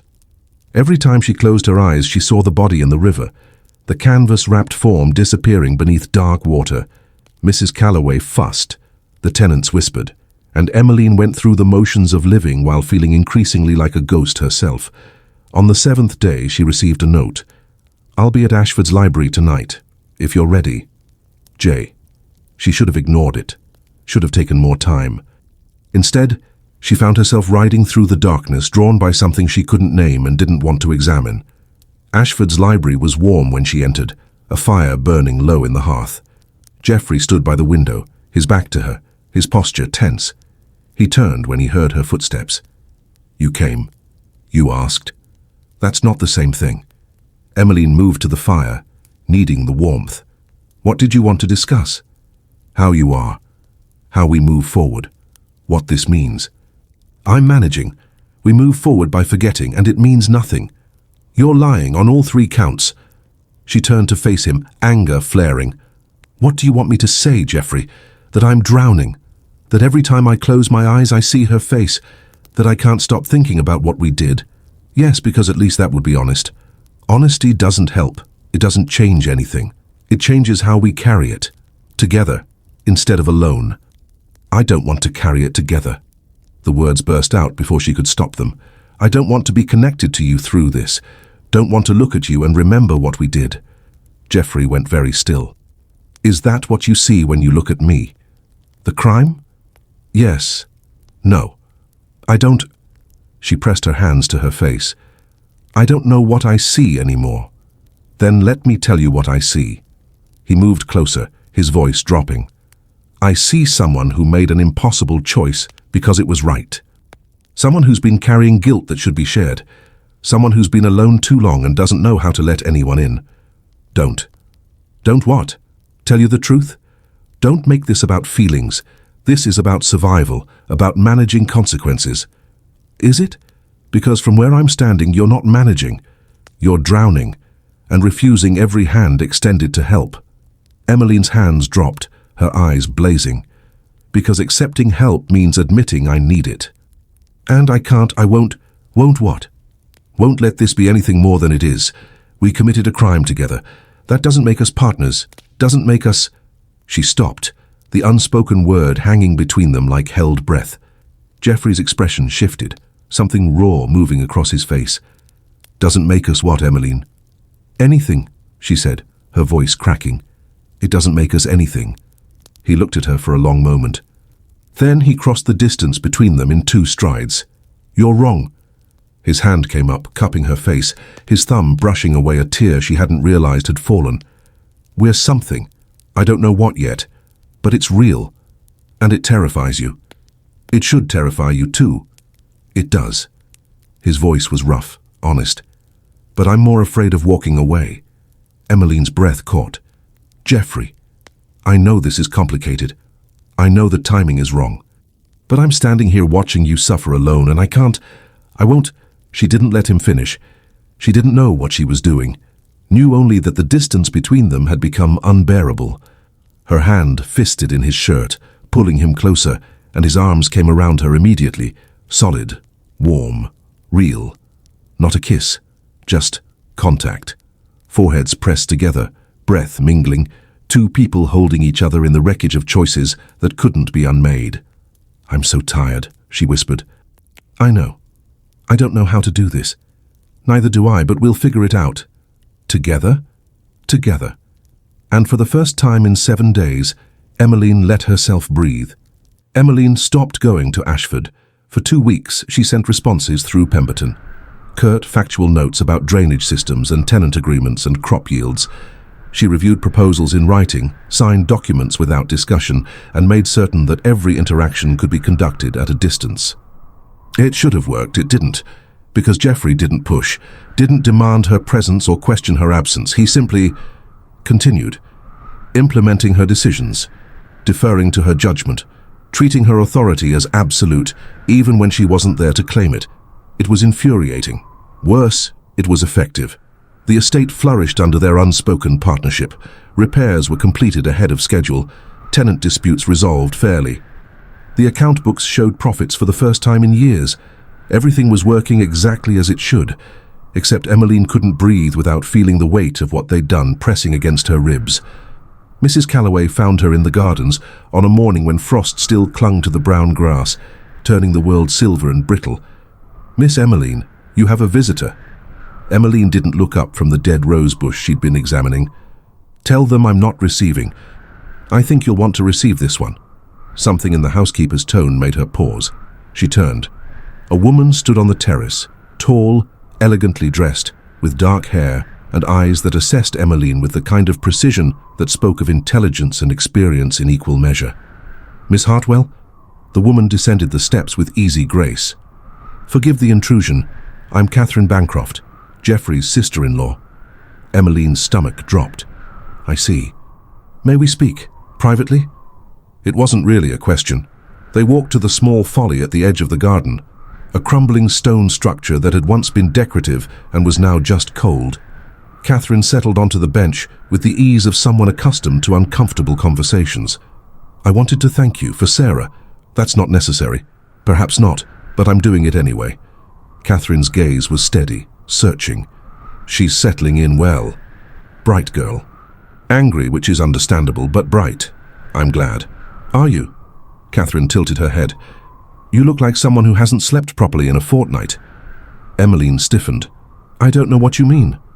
"Don't you? My brother-in-law hasn't been the same since he returned from Scotland. Distracted, restless. He keeps starting letters and burning them. That has nothing to do with me."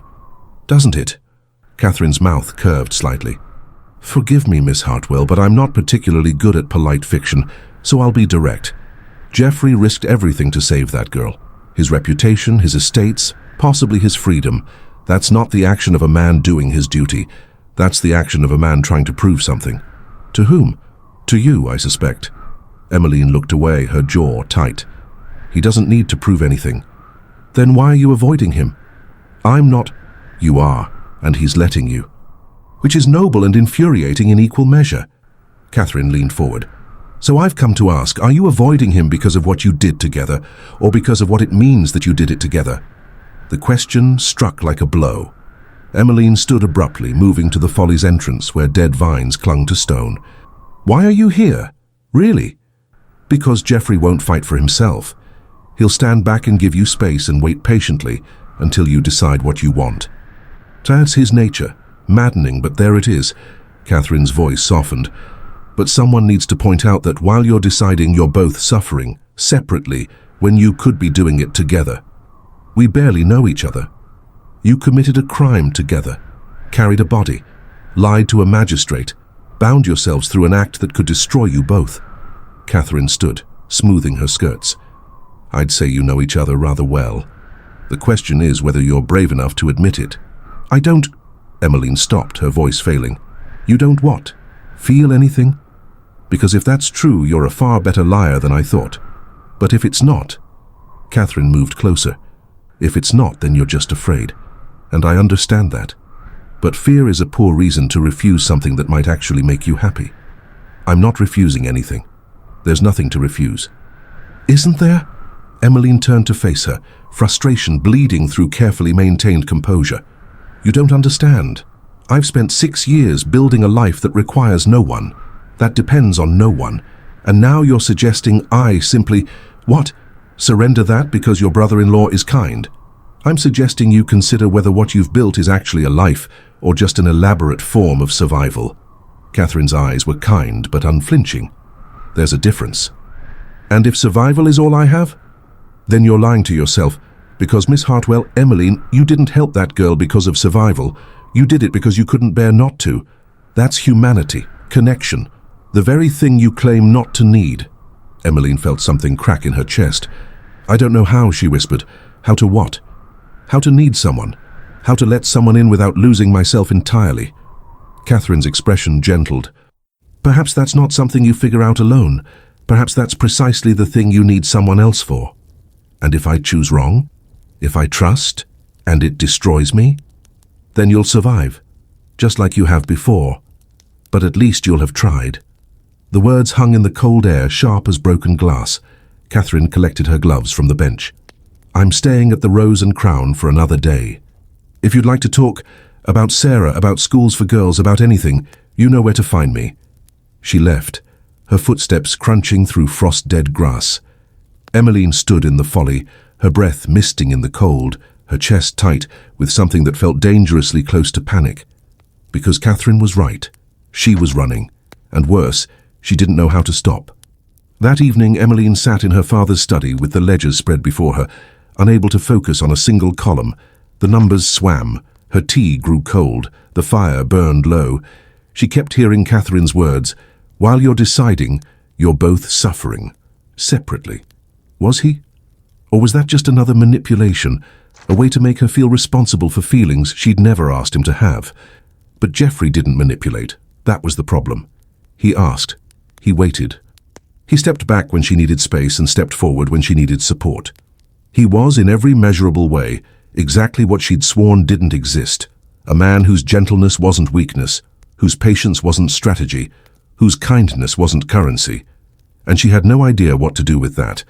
A knock at the door pulled her from thoughts spiraling into darkness. "Yes?" Mrs. Calloway entered, carrying a sealed letter on the silver tray. "This just arrived. Urgent," the messenger said. Emmeline took it, her stomach tightening when she recognized the handwriting. Geoffrey's. She broke the seal. "Emmeline, I've been informed that questions are being raised about Sarah's death. Nothing concrete yet, but the merchant has been asking uncomfortable questions in the village. He claims the timing was too convenient. I'm handling it, but you should know, if this unravels, I will not permit you to take responsibility. Whatever happens, the decision was mine. The risk was mine. I require your word that if matters proceed badly, you will allow me to protect you. J." She read it 3 times, her hands shaking.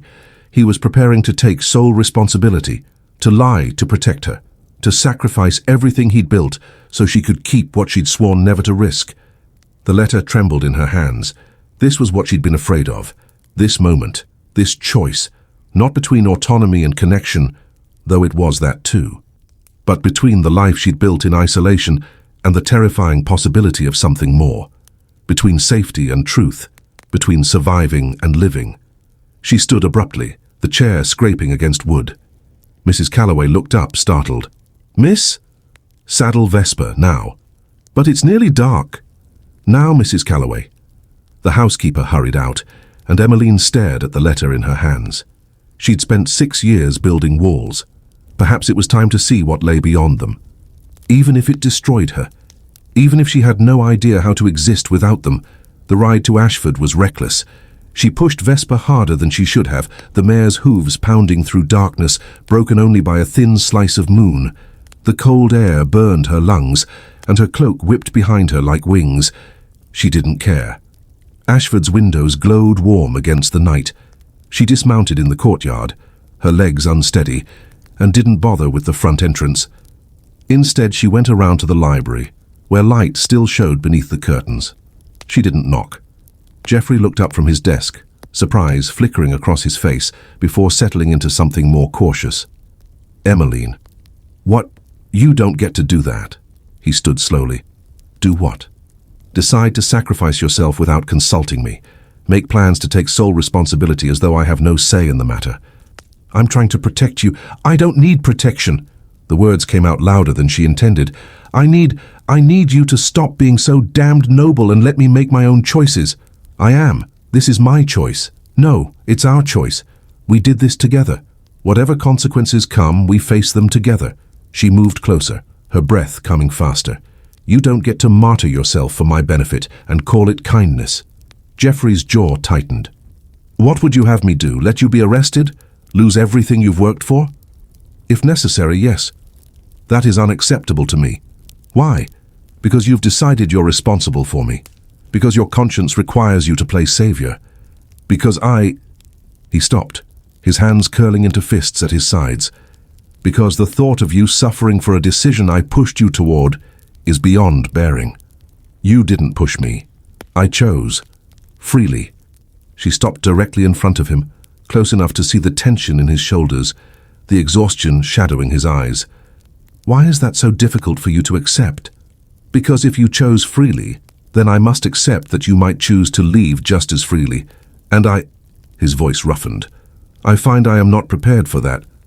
The admission hung between them, raw and undefended.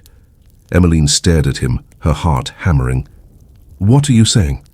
"I'm saying I've spent 2 weeks trying to give you the distance you required, trying to respect the boundaries you drew, trying to convince myself that what I feel is temporary, professional, something I might master through discipline alone." He met her eyes. "I'm saying I have failed entirely at all 3. Geoffrey, I'm saying," he continued, his voice dropping, that if this secret destroys us, I would prefer it to be us. Not me protecting you from a distance while you build your life around never requiring anyone again. Emmeline felt something in her chest crack wide open. You don't know what you're asking, don't I? No, because I cannot be what you require. I don't know how to need anyone.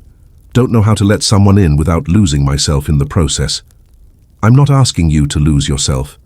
He reached out slowly, his fingers brushing against hers. I'm asking you to trust that you won't. That wanting something doesn't make you weak.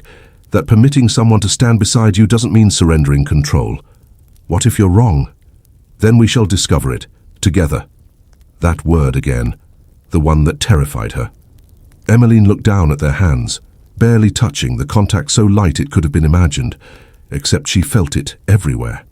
I don't know how to do this, she whispered. Neither do I. But I am willing to try if you are. She looked up, meeting his eyes. In them patience, hope, fear that mirrored her own, and something else. Something she'd been avoiding naming because once she did, there would be no taking it back. The merchant, she said. The questions he's asking. I'll handle it. No, we'll handle it. Together. Geoffrey's expression shifted. Surprise melting into something softer, warmer. Together, he repeated. Yes. She took a breath. But I need you to understand something. I'm not agreeing to whatever this is, and because I'm ready, or certain, or because I've suddenly decided that connection is worth the risk. Then why? Because standing alone has stopped being sufficient, and the thought of you facing consequences alone while I watch from shore is, her voice broke, beyond bearing. His hand tightened around hers, just slightly. Enough. That's enough, he said softly. For now. That's enough. And somehow, impossibly, it was. The merchant's name was Edmund Thorp, and he arrived at Ashford 3 days later with the magistrate, and a smugness that made Emmeline's jaw ache from clenching. She stood beside Geoffrey in the drawing-room, a united front, though her hands were ice-cold beneath her gloves, and watched as Thorp settled into his chair with the proprietary ease of a man who believed himself already victorious. Your Grace, Miss Hartwell. The magistrate, a thin man named Whitmore, looked deeply uncomfortable. Mr. Thorp has raised concerns about the circumstances of Miss Sarah Hartwell's death. What concerns? Geoffrey's voice was level, but Emmeline felt the tension coiled in his shoulders. Thorp leaned forward, his eyes sharp. The girl was to be my wife. I had paid her father's debts, secured the contract. And then, conveniently, she drowns, just days before our wedding. Tragic timing, Emmeline said flatly, but hardly suspicious. The river was high, she was young and foolish, accidents happen. Do they? Thorp's mouth curved. Or perhaps she ran, and someone decided it was easier to stage a death than break a legal contract. The accusation hung in the air, precise as a blade. Whitmore shifted uncomfortably.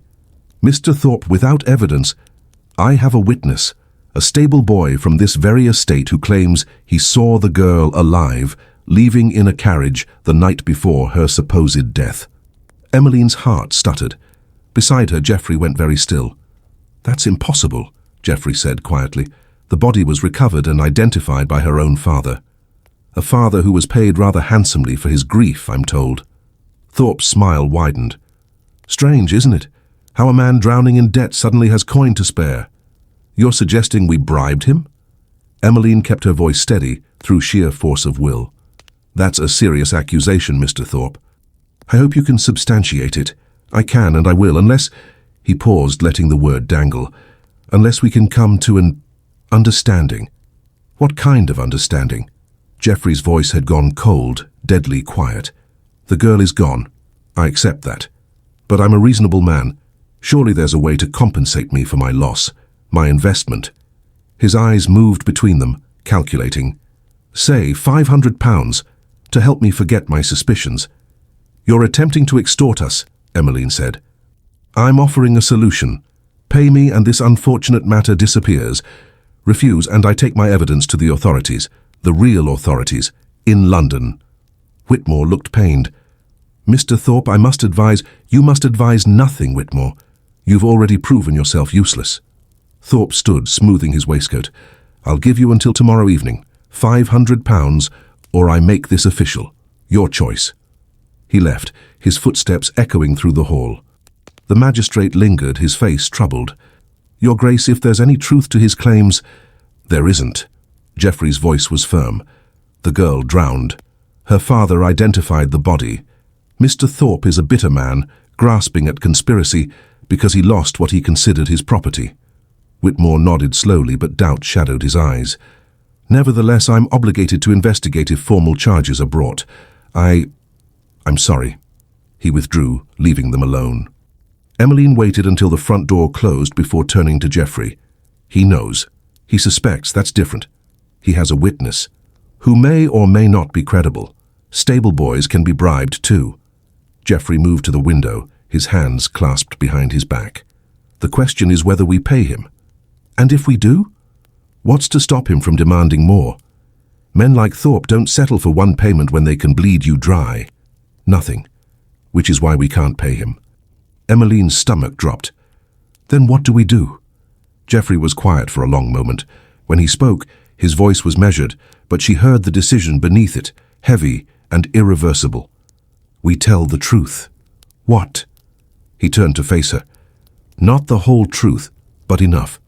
We confirm that Sarah didn't drown, that we helped her escape a marriage she didn't consent to, that we staged her death to protect her from a man who would have destroyed her."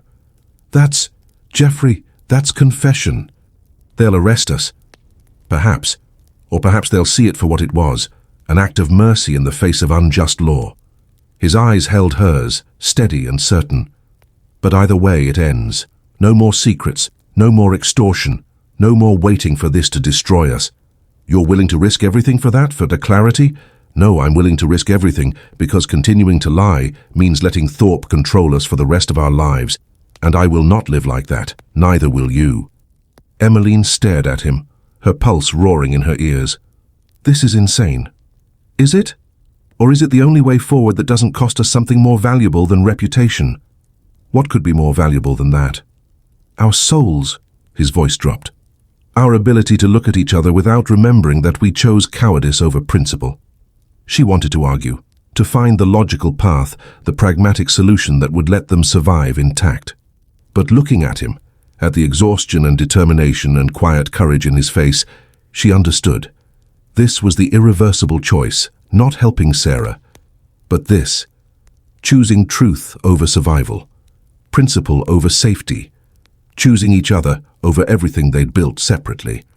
"If we do this," she said slowly, "there's no going back. Our reputations will be destroyed. The estates could be seized. We could be imprisoned." "Yes. And you're certain this is the only way?" "No. But I'm certain it's the right way." He moved closer, his voice dropping. "I'm weary of hiding, Emmeline, weary of waiting for disaster. If this is going to destroy us, I'd rather face it directly than let it consume us from within."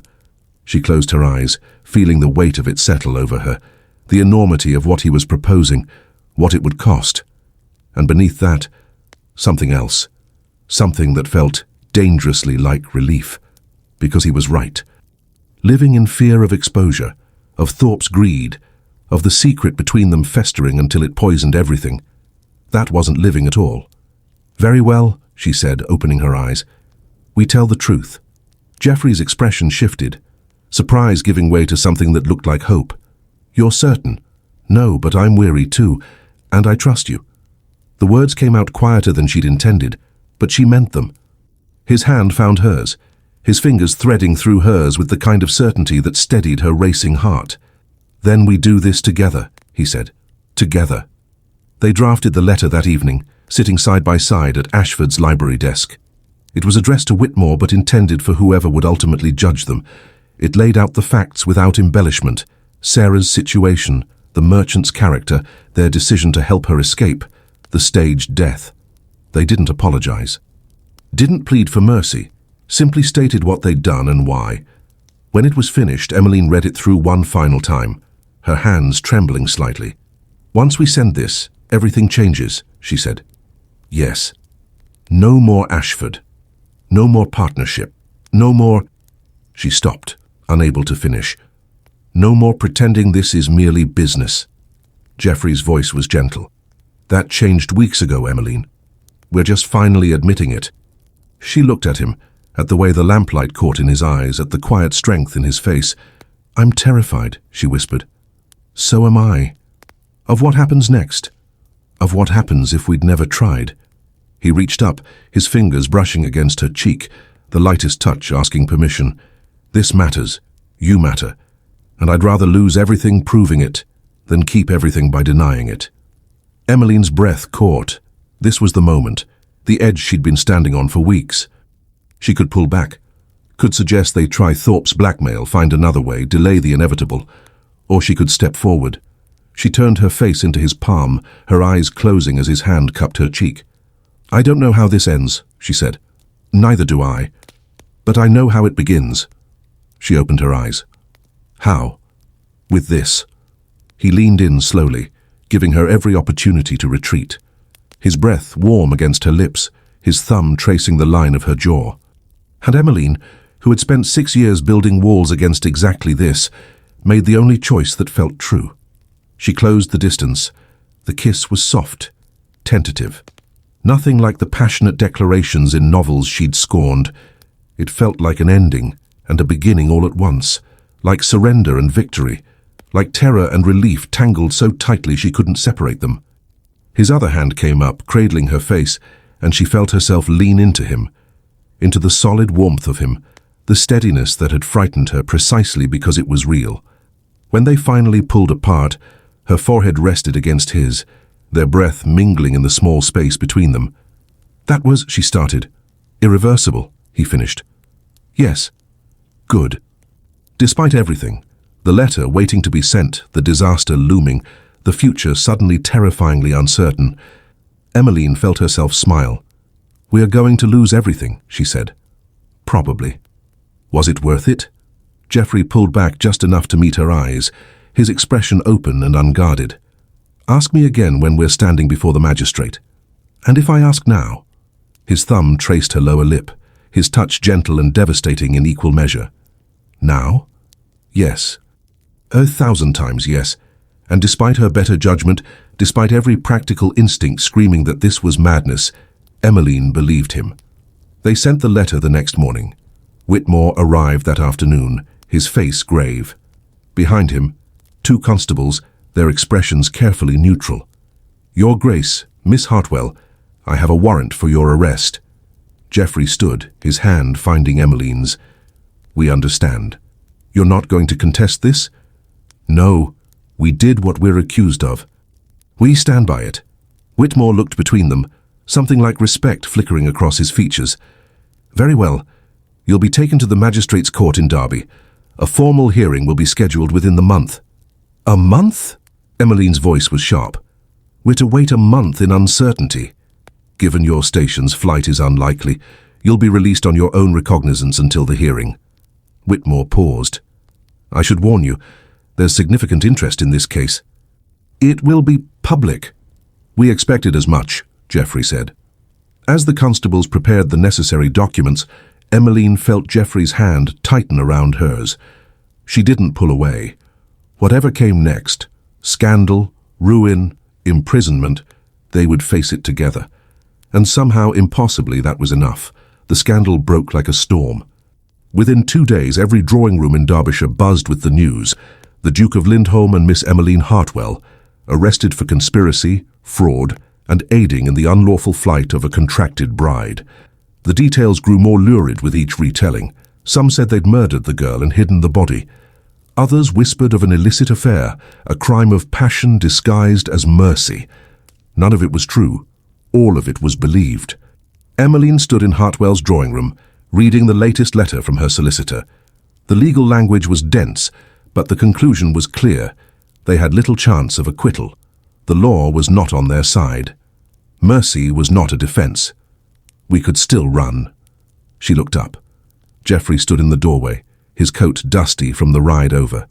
He'd been staying at the Rose and Crown still, maintaining some appearance of propriety, even as their reputations crumbled. No, we couldn't. Why not? He moved into the room, closing the door behind him. I have resources, contacts in France, in Italy. We could disappear, start over. As what? Fugitives? Exiles? She set the letter down carefully. That's not freedom, Geoffrey. That's merely a different kind of prison. Better than the alternative. Is it? She met his eyes. If we run, Thorp wins. The law wins.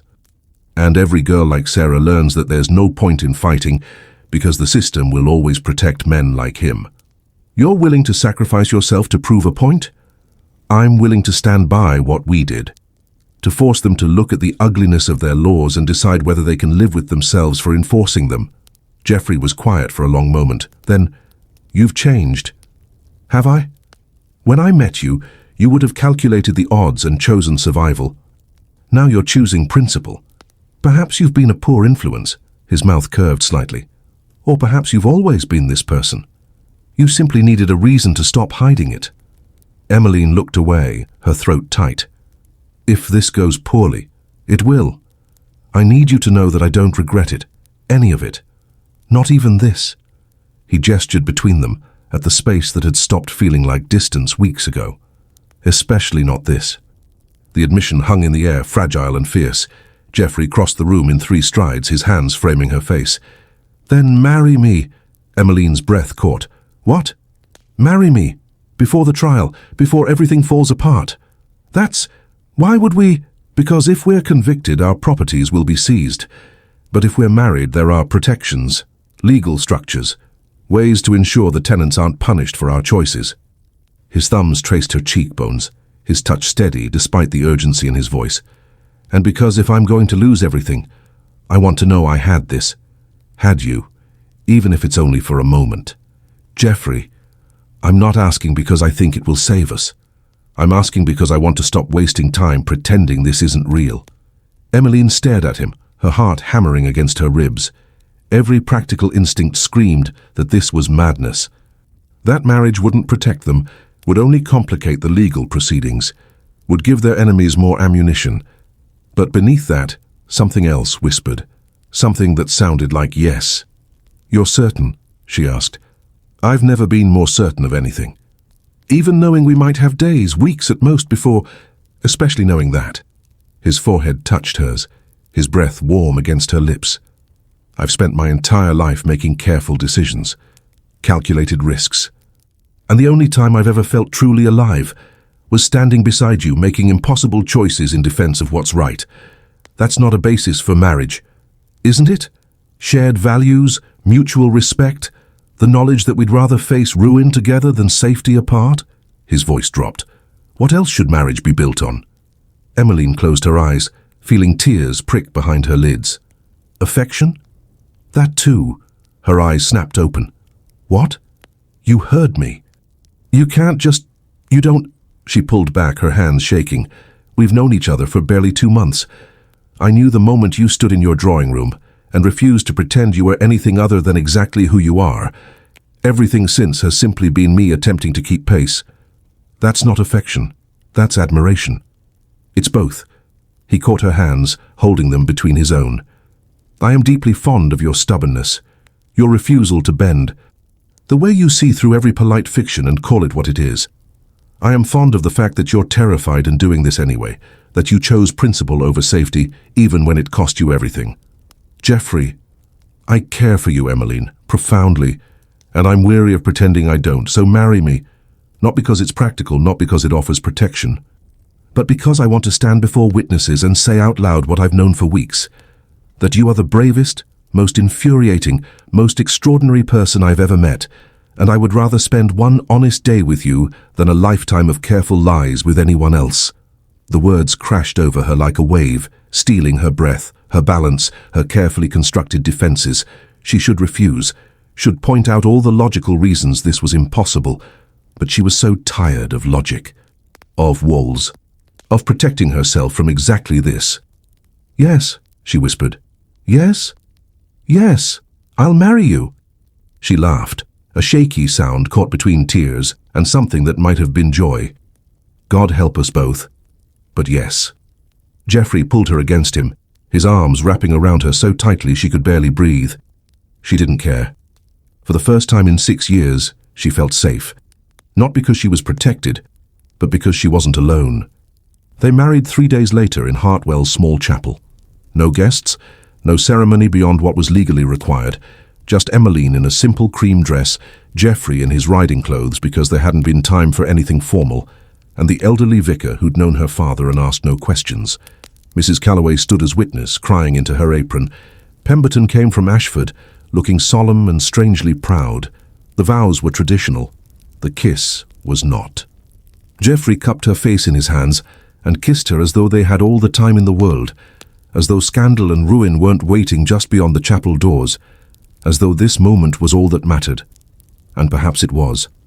That night, they stayed at Hartwell House. Emmeline had offered to go to Ashford, but Geoffrey had shaken his head. "This is your home. I'm not taking that from you. You're my husband now.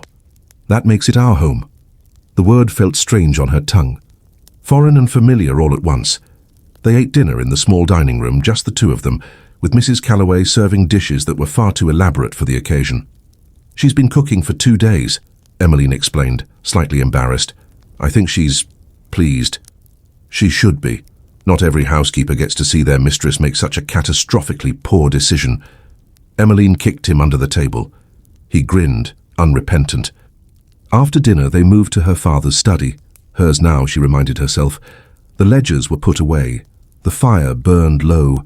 Rain pattered against the windows, soft and constant. Geoffrey settled into one of the chairs by the hearth, and Emmeline found herself drawn to him like gravity. She sat on the arm of his chair and his hand found her waist automatically, steadying her. "What happens now?" she asked. "Now we wait for the trial. Hope that reason prevails over law. And if it doesn't, then we face whatever comes, together." She leaned her head against his shoulder, feeling the steady rise and fall of his breathing. "I'm still terrified," she admitted. "Good. That means you understand what we're risking. Do you ever regret it, choosing this over safety?"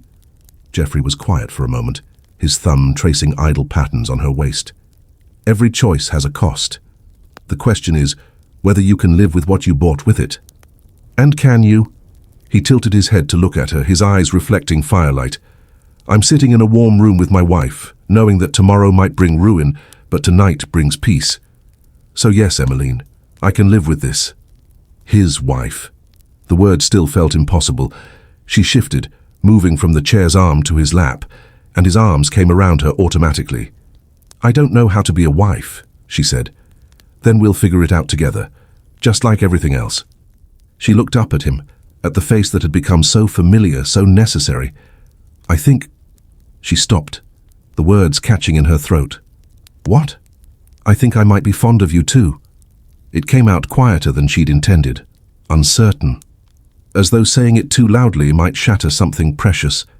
Geoffrey's expression softened, something fierce and tender moving behind his eyes. "You think? I'm not. I've never—" She struggled to find words for feelings she'd spent years denying. "I don't know what affection is supposed to feel like, but when I'm with you I feel less alone. And when I'm not with you, I feel incomplete. And when you look at me like that—" She gestured helplessly at his face. "I feel as though I'm standing on the edge of something terrifying and wonderful, and the only question is whether I'm brave enough to step forward." "And are you?" "I already did. The night I rode to Ashford, the moment I agreed to help Sarah. Every time I chose this over safety." She touched his face, her fingers tracing the line of his jaw. "I stepped forward, Geoffrey, and you caught me. Always," he said simply. He kissed her then, slow and deep, and Emmeline felt something inside her finally settle. This was what she'd been afraid of. This intimacy, this vulnerability, this absolute certainty that if he disappeared, she would feel the loss like a wound. It was terrifying. It was everything. When they finally pulled apart, his forehead rested against hers, their breath mingling in the small space between them. "Whatever happens tomorrow," she whispered, "I'm glad we had this. We'll have more than this. You can't promise that." "No, but I can believe it, and I can fight for it. With you." She closed her eyes, letting herself rest against him, feeling his heartbeat steady beneath her palm. Outside, the rain continued its soft percussion. Inside, by the dying fire, two people who had spent their lives protecting themselves, finally learned what it meant to be unguarded. And for that, one night, it was enough. The trial began on a grey morning in late November. Derby's magistrate court was crowded with spectators, gentry who had come to see the Duke brought low, merchants curious about the scandal, and a handful of tenant farmers from both Ashford and Hartwell who sat in the back with their caps in their hands. Emmeline entered with Geoffrey, their hands linked. She wore deep blue, practical, not mourning, because she refused to grieve something she didn't regret. He was in formal black, his posture rigid with the kind of control that came from a lifetime of performing composure. Edmund Thorp sat in the front row, his smile sharp as broken glass. The magistrate, a grey-haired man named Lord Ashton, surveyed the room with the weary expression of someone who'd seen every kind of human folly and found none of it surprising anymore. This court is called to order. The Crown versus Bancroft and Hartwell, on charges of conspiracy to defraud, falsification of death and unlawful interference with a legal marriage contract. He looked at them over his spectacles. How do you plead? Geoffrey stood, his voice steady. Guilty, my lord. To all charges. A murmur rippled through the courtroom. Ashton's eyebrows rose. You don't contest the facts? No, my lord. We did exactly what we're accused of. We helped a young woman escape a marriage she did not consent to. We staged her death to protect her, and we would do it again. That's not a defense, Your Grace. No, my lord. It's an explanation. Emmeline stood as well, her hand still in Geoffrey's. My lord, if I may speak. Ashton gestured for her to continue, curiosity flickering across his face. The law says a father can sell his daughter to settle debts, that a girl of 15 can be bound to a man she fears without her voice mattering, that legal contracts are more sacred than human dignity. She paused, her gaze sweeping the courtroom. We broke those laws. But I would ask this court to consider whether laws that enable such cruelty deserve to be obeyed. That's for Parliament to decide, not you. With respect, my lord, Parliament is made up of men who benefit from those laws, men who will never be 15 and powerless, who will never be property sold to the highest bidder.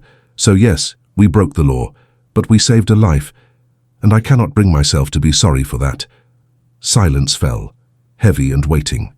Thorpe rose, his voice cutting through the quiet. This is very touching, but it doesn't change the facts. They defrauded me. Cost me my investment. The girl was legally mine. She was never yours, Emmeline said, her voice hard. She was a child, and you wanted to break her. I wanted a wife. You wanted property that couldn't refuse you. Enough. Ashton's voice cracked like a whip. Mr. Thorpe, sit down. Mrs. Bancroft, you've made your point. He leaned back in his chair, his expression unreadable. This court does not take kindly to those who believe themselves above the law, regardless of their intentions. However, he paused, and Emmeline felt her heart stutter. It is also true that the law is meant to serve justice, not simply itself. And there are considerations. He gestured to a clerk, who brought forward a stack of papers. I've received testimony from the widow Marsh, praising your management of Ashford, from the Brays confirming your fair resolution of their dispute, from Father Michaels at St. Bartholomew's, attesting to your support of the parish poor fund. He looked up. I've also received a rather extraordinary letter from Scotland, from a Miss Sarah Hartwell, different surname now I notice, explaining in her own words why she ran, what she was running from, and asking this court to show mercy to the people who saved her life. Thorpe lunged to his feet. She can't be allowed to testify. She's the one who... She's not testifying, Mr. Thorpe. She's simply providing context. Ashton's gaze sharpened. Context which paints a rather unflattering picture of you and your intentions. Would you like me to read it aloud? Thorpe's face went red, then white. He sat down hard. Ashton returned his attention to Geoffrey and Emmeline. The law is clear. You broke it. But the law is also at times inadequate to the complexity of human circumstance, and I am given discretion in sentencing. He paused, letting the words settle. Therefore, I find you guilty as charged. Your sentence is as follows. A fine of £200 each, to be paid to the parish poor fund. 12 months of supervised community service to be spent improving conditions for tenants on both your estates, with quarterly reports submitted to this court, and a formal censure to be recorded in the court records. Emmeline's knees nearly buckled. Beside her, Geoffrey's hand tightened around hers. No prison, no seizure of property, no ruin. However, Ashton continued, his voice stern, let me be abundantly clear. This lenient sentence is granted because of the testimony speaking to your character, because I believe your actions, while illegal, were motivated by genuine compassion, and because the girl in question has confirmed she is safe and thriving. But if either of you appear before this court again on similar charges, I will not be so merciful. Am I understood? Yes, my lord, they said in unison. Good. This court is adjourned. The gavel fell. For a moment no one moved. Then the tenant farmers in the back began to applaud, a slow, scattered sound that grew until it filled the courtroom. Thorp stood abruptly and stormed out, his face twisted with fury. Emmeline turned to Geoffrey, her eyes bright with unshed tears. We're free, she whispered. We're free, he confirmed. His hand came up to cup her face, his thumb brushing against her cheekbone. Their eyes held, speaking volumes in the silence. Then he leaned his forehead against hers, a gesture of profound relief and shared triumph, intimate but proper for public view. Emmeline's hand covered his, pressing it against her face. Around them, the courtroom slowly emptied, but they stood together in that moment, untouched by the noise and movement, because they had lost everything that didn't matter and kept everything that did. 12 months later, spring came to Derbyshire like a promise kept. Emmeline stood in the eastern fields of Ashford, watching as the new drainage system they'd installed channeled water away from the planting rows. The soil was rich and dark, ready for seed.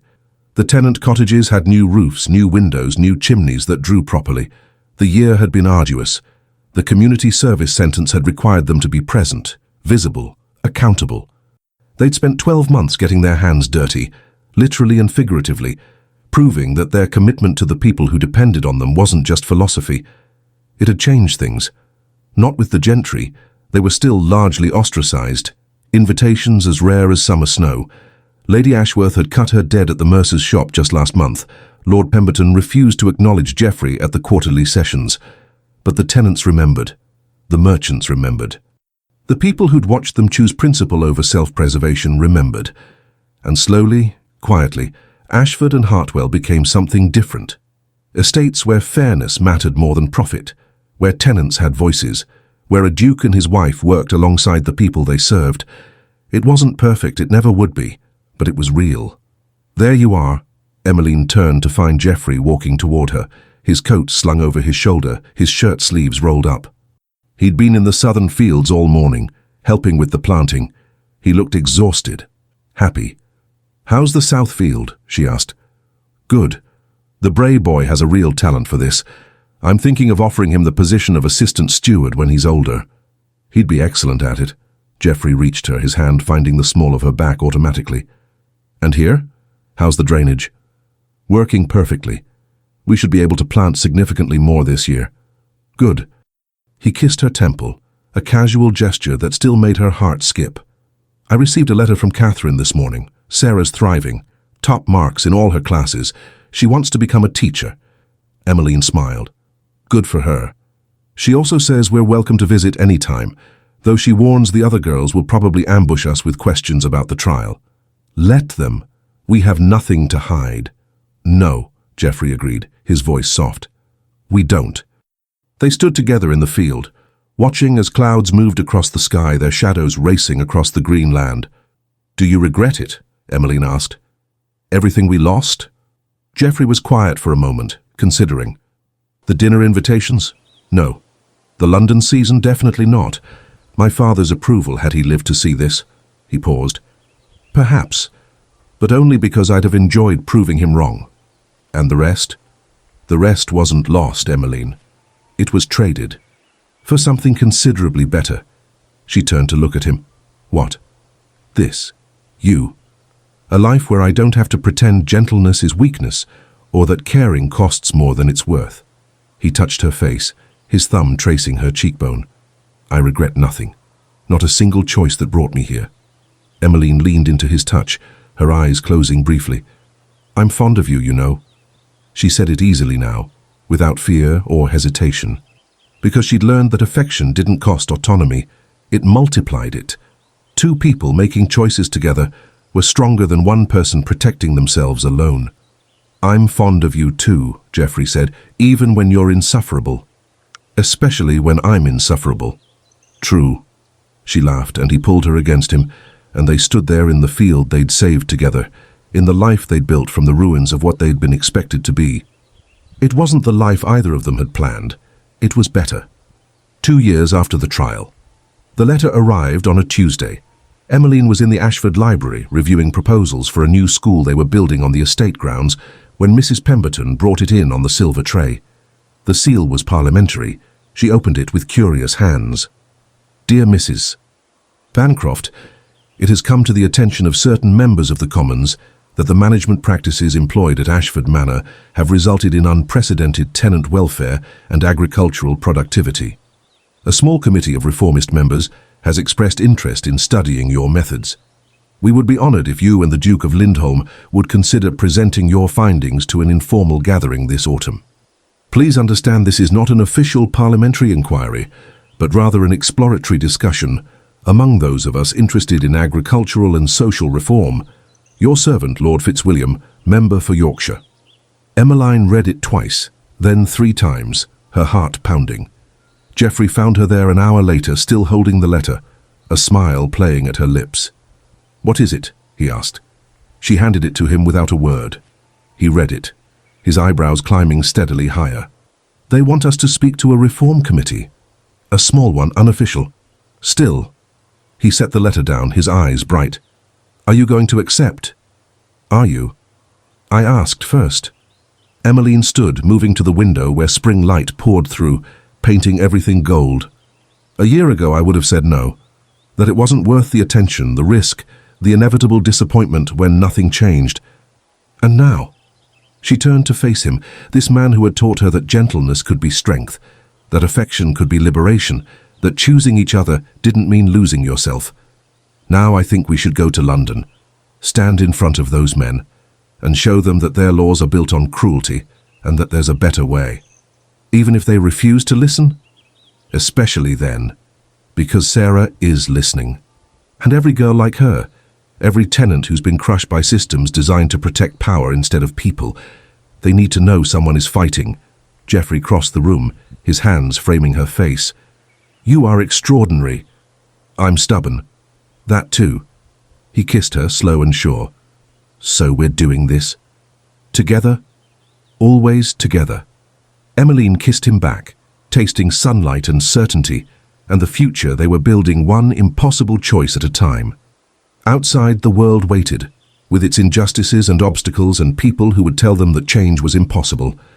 Let them try. She had married a gentle duke who refused to accept that kindness required surrender, and together they would prove that affection, real affection, the kind that demanded you be brave and honest and relentlessly yourself, could change everything. One estate at a time, one law at a time, one heart at a time. It would be enough. It already was.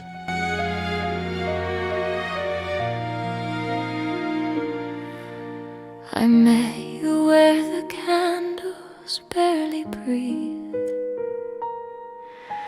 in halls where time stands still in gold. Every word we never dared to speak was louder than the truth we told. Your eyes held storms you'd never show. Mine learned to hide, to wait, to stay. Some loves are felt but never owned. Some hearts must kneel, not run away. We stood so close yet worlds apart, bound by duty, fear and name. I carried you inside my heart while never asking you the same. This is a love that chose silence, a fire that learned to pray. I loved you without defiance and let you walk away. No promise spoken, no vow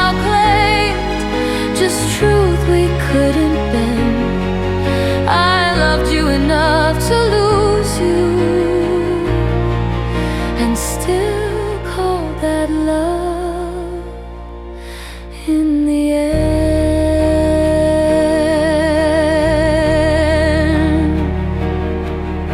They think love is a reckless flame that burns through walls and breaks the law. But love can also know restraints and bow before what must endure. I learned your soul, not just your face, your quiet strength, your gentle pain. And in that unspoken sacred space, I chose your peace above my name. If loving you meant letting go, then let my silence be my vow. Some hearts are meant to always know what others never dare allow. This is a love that chose silence, a truth too pure to claim. I loved you without defiance and never cursed your name. No stolen nights, no broken fate, no sin we had to hide. Just love that stood and held the line while destiny passed by. If somewhere, someday you remember the girl who never asked for more. No, I was never weak in love. I was the strongest heart in yours. This was a love that chose silence but never chose regret. I loved you with such reverence, the world still hasn't seen it yet. And if our paths don't intertwine, if fate says not this time, I'll keep this love forever mine, unspoken but divine.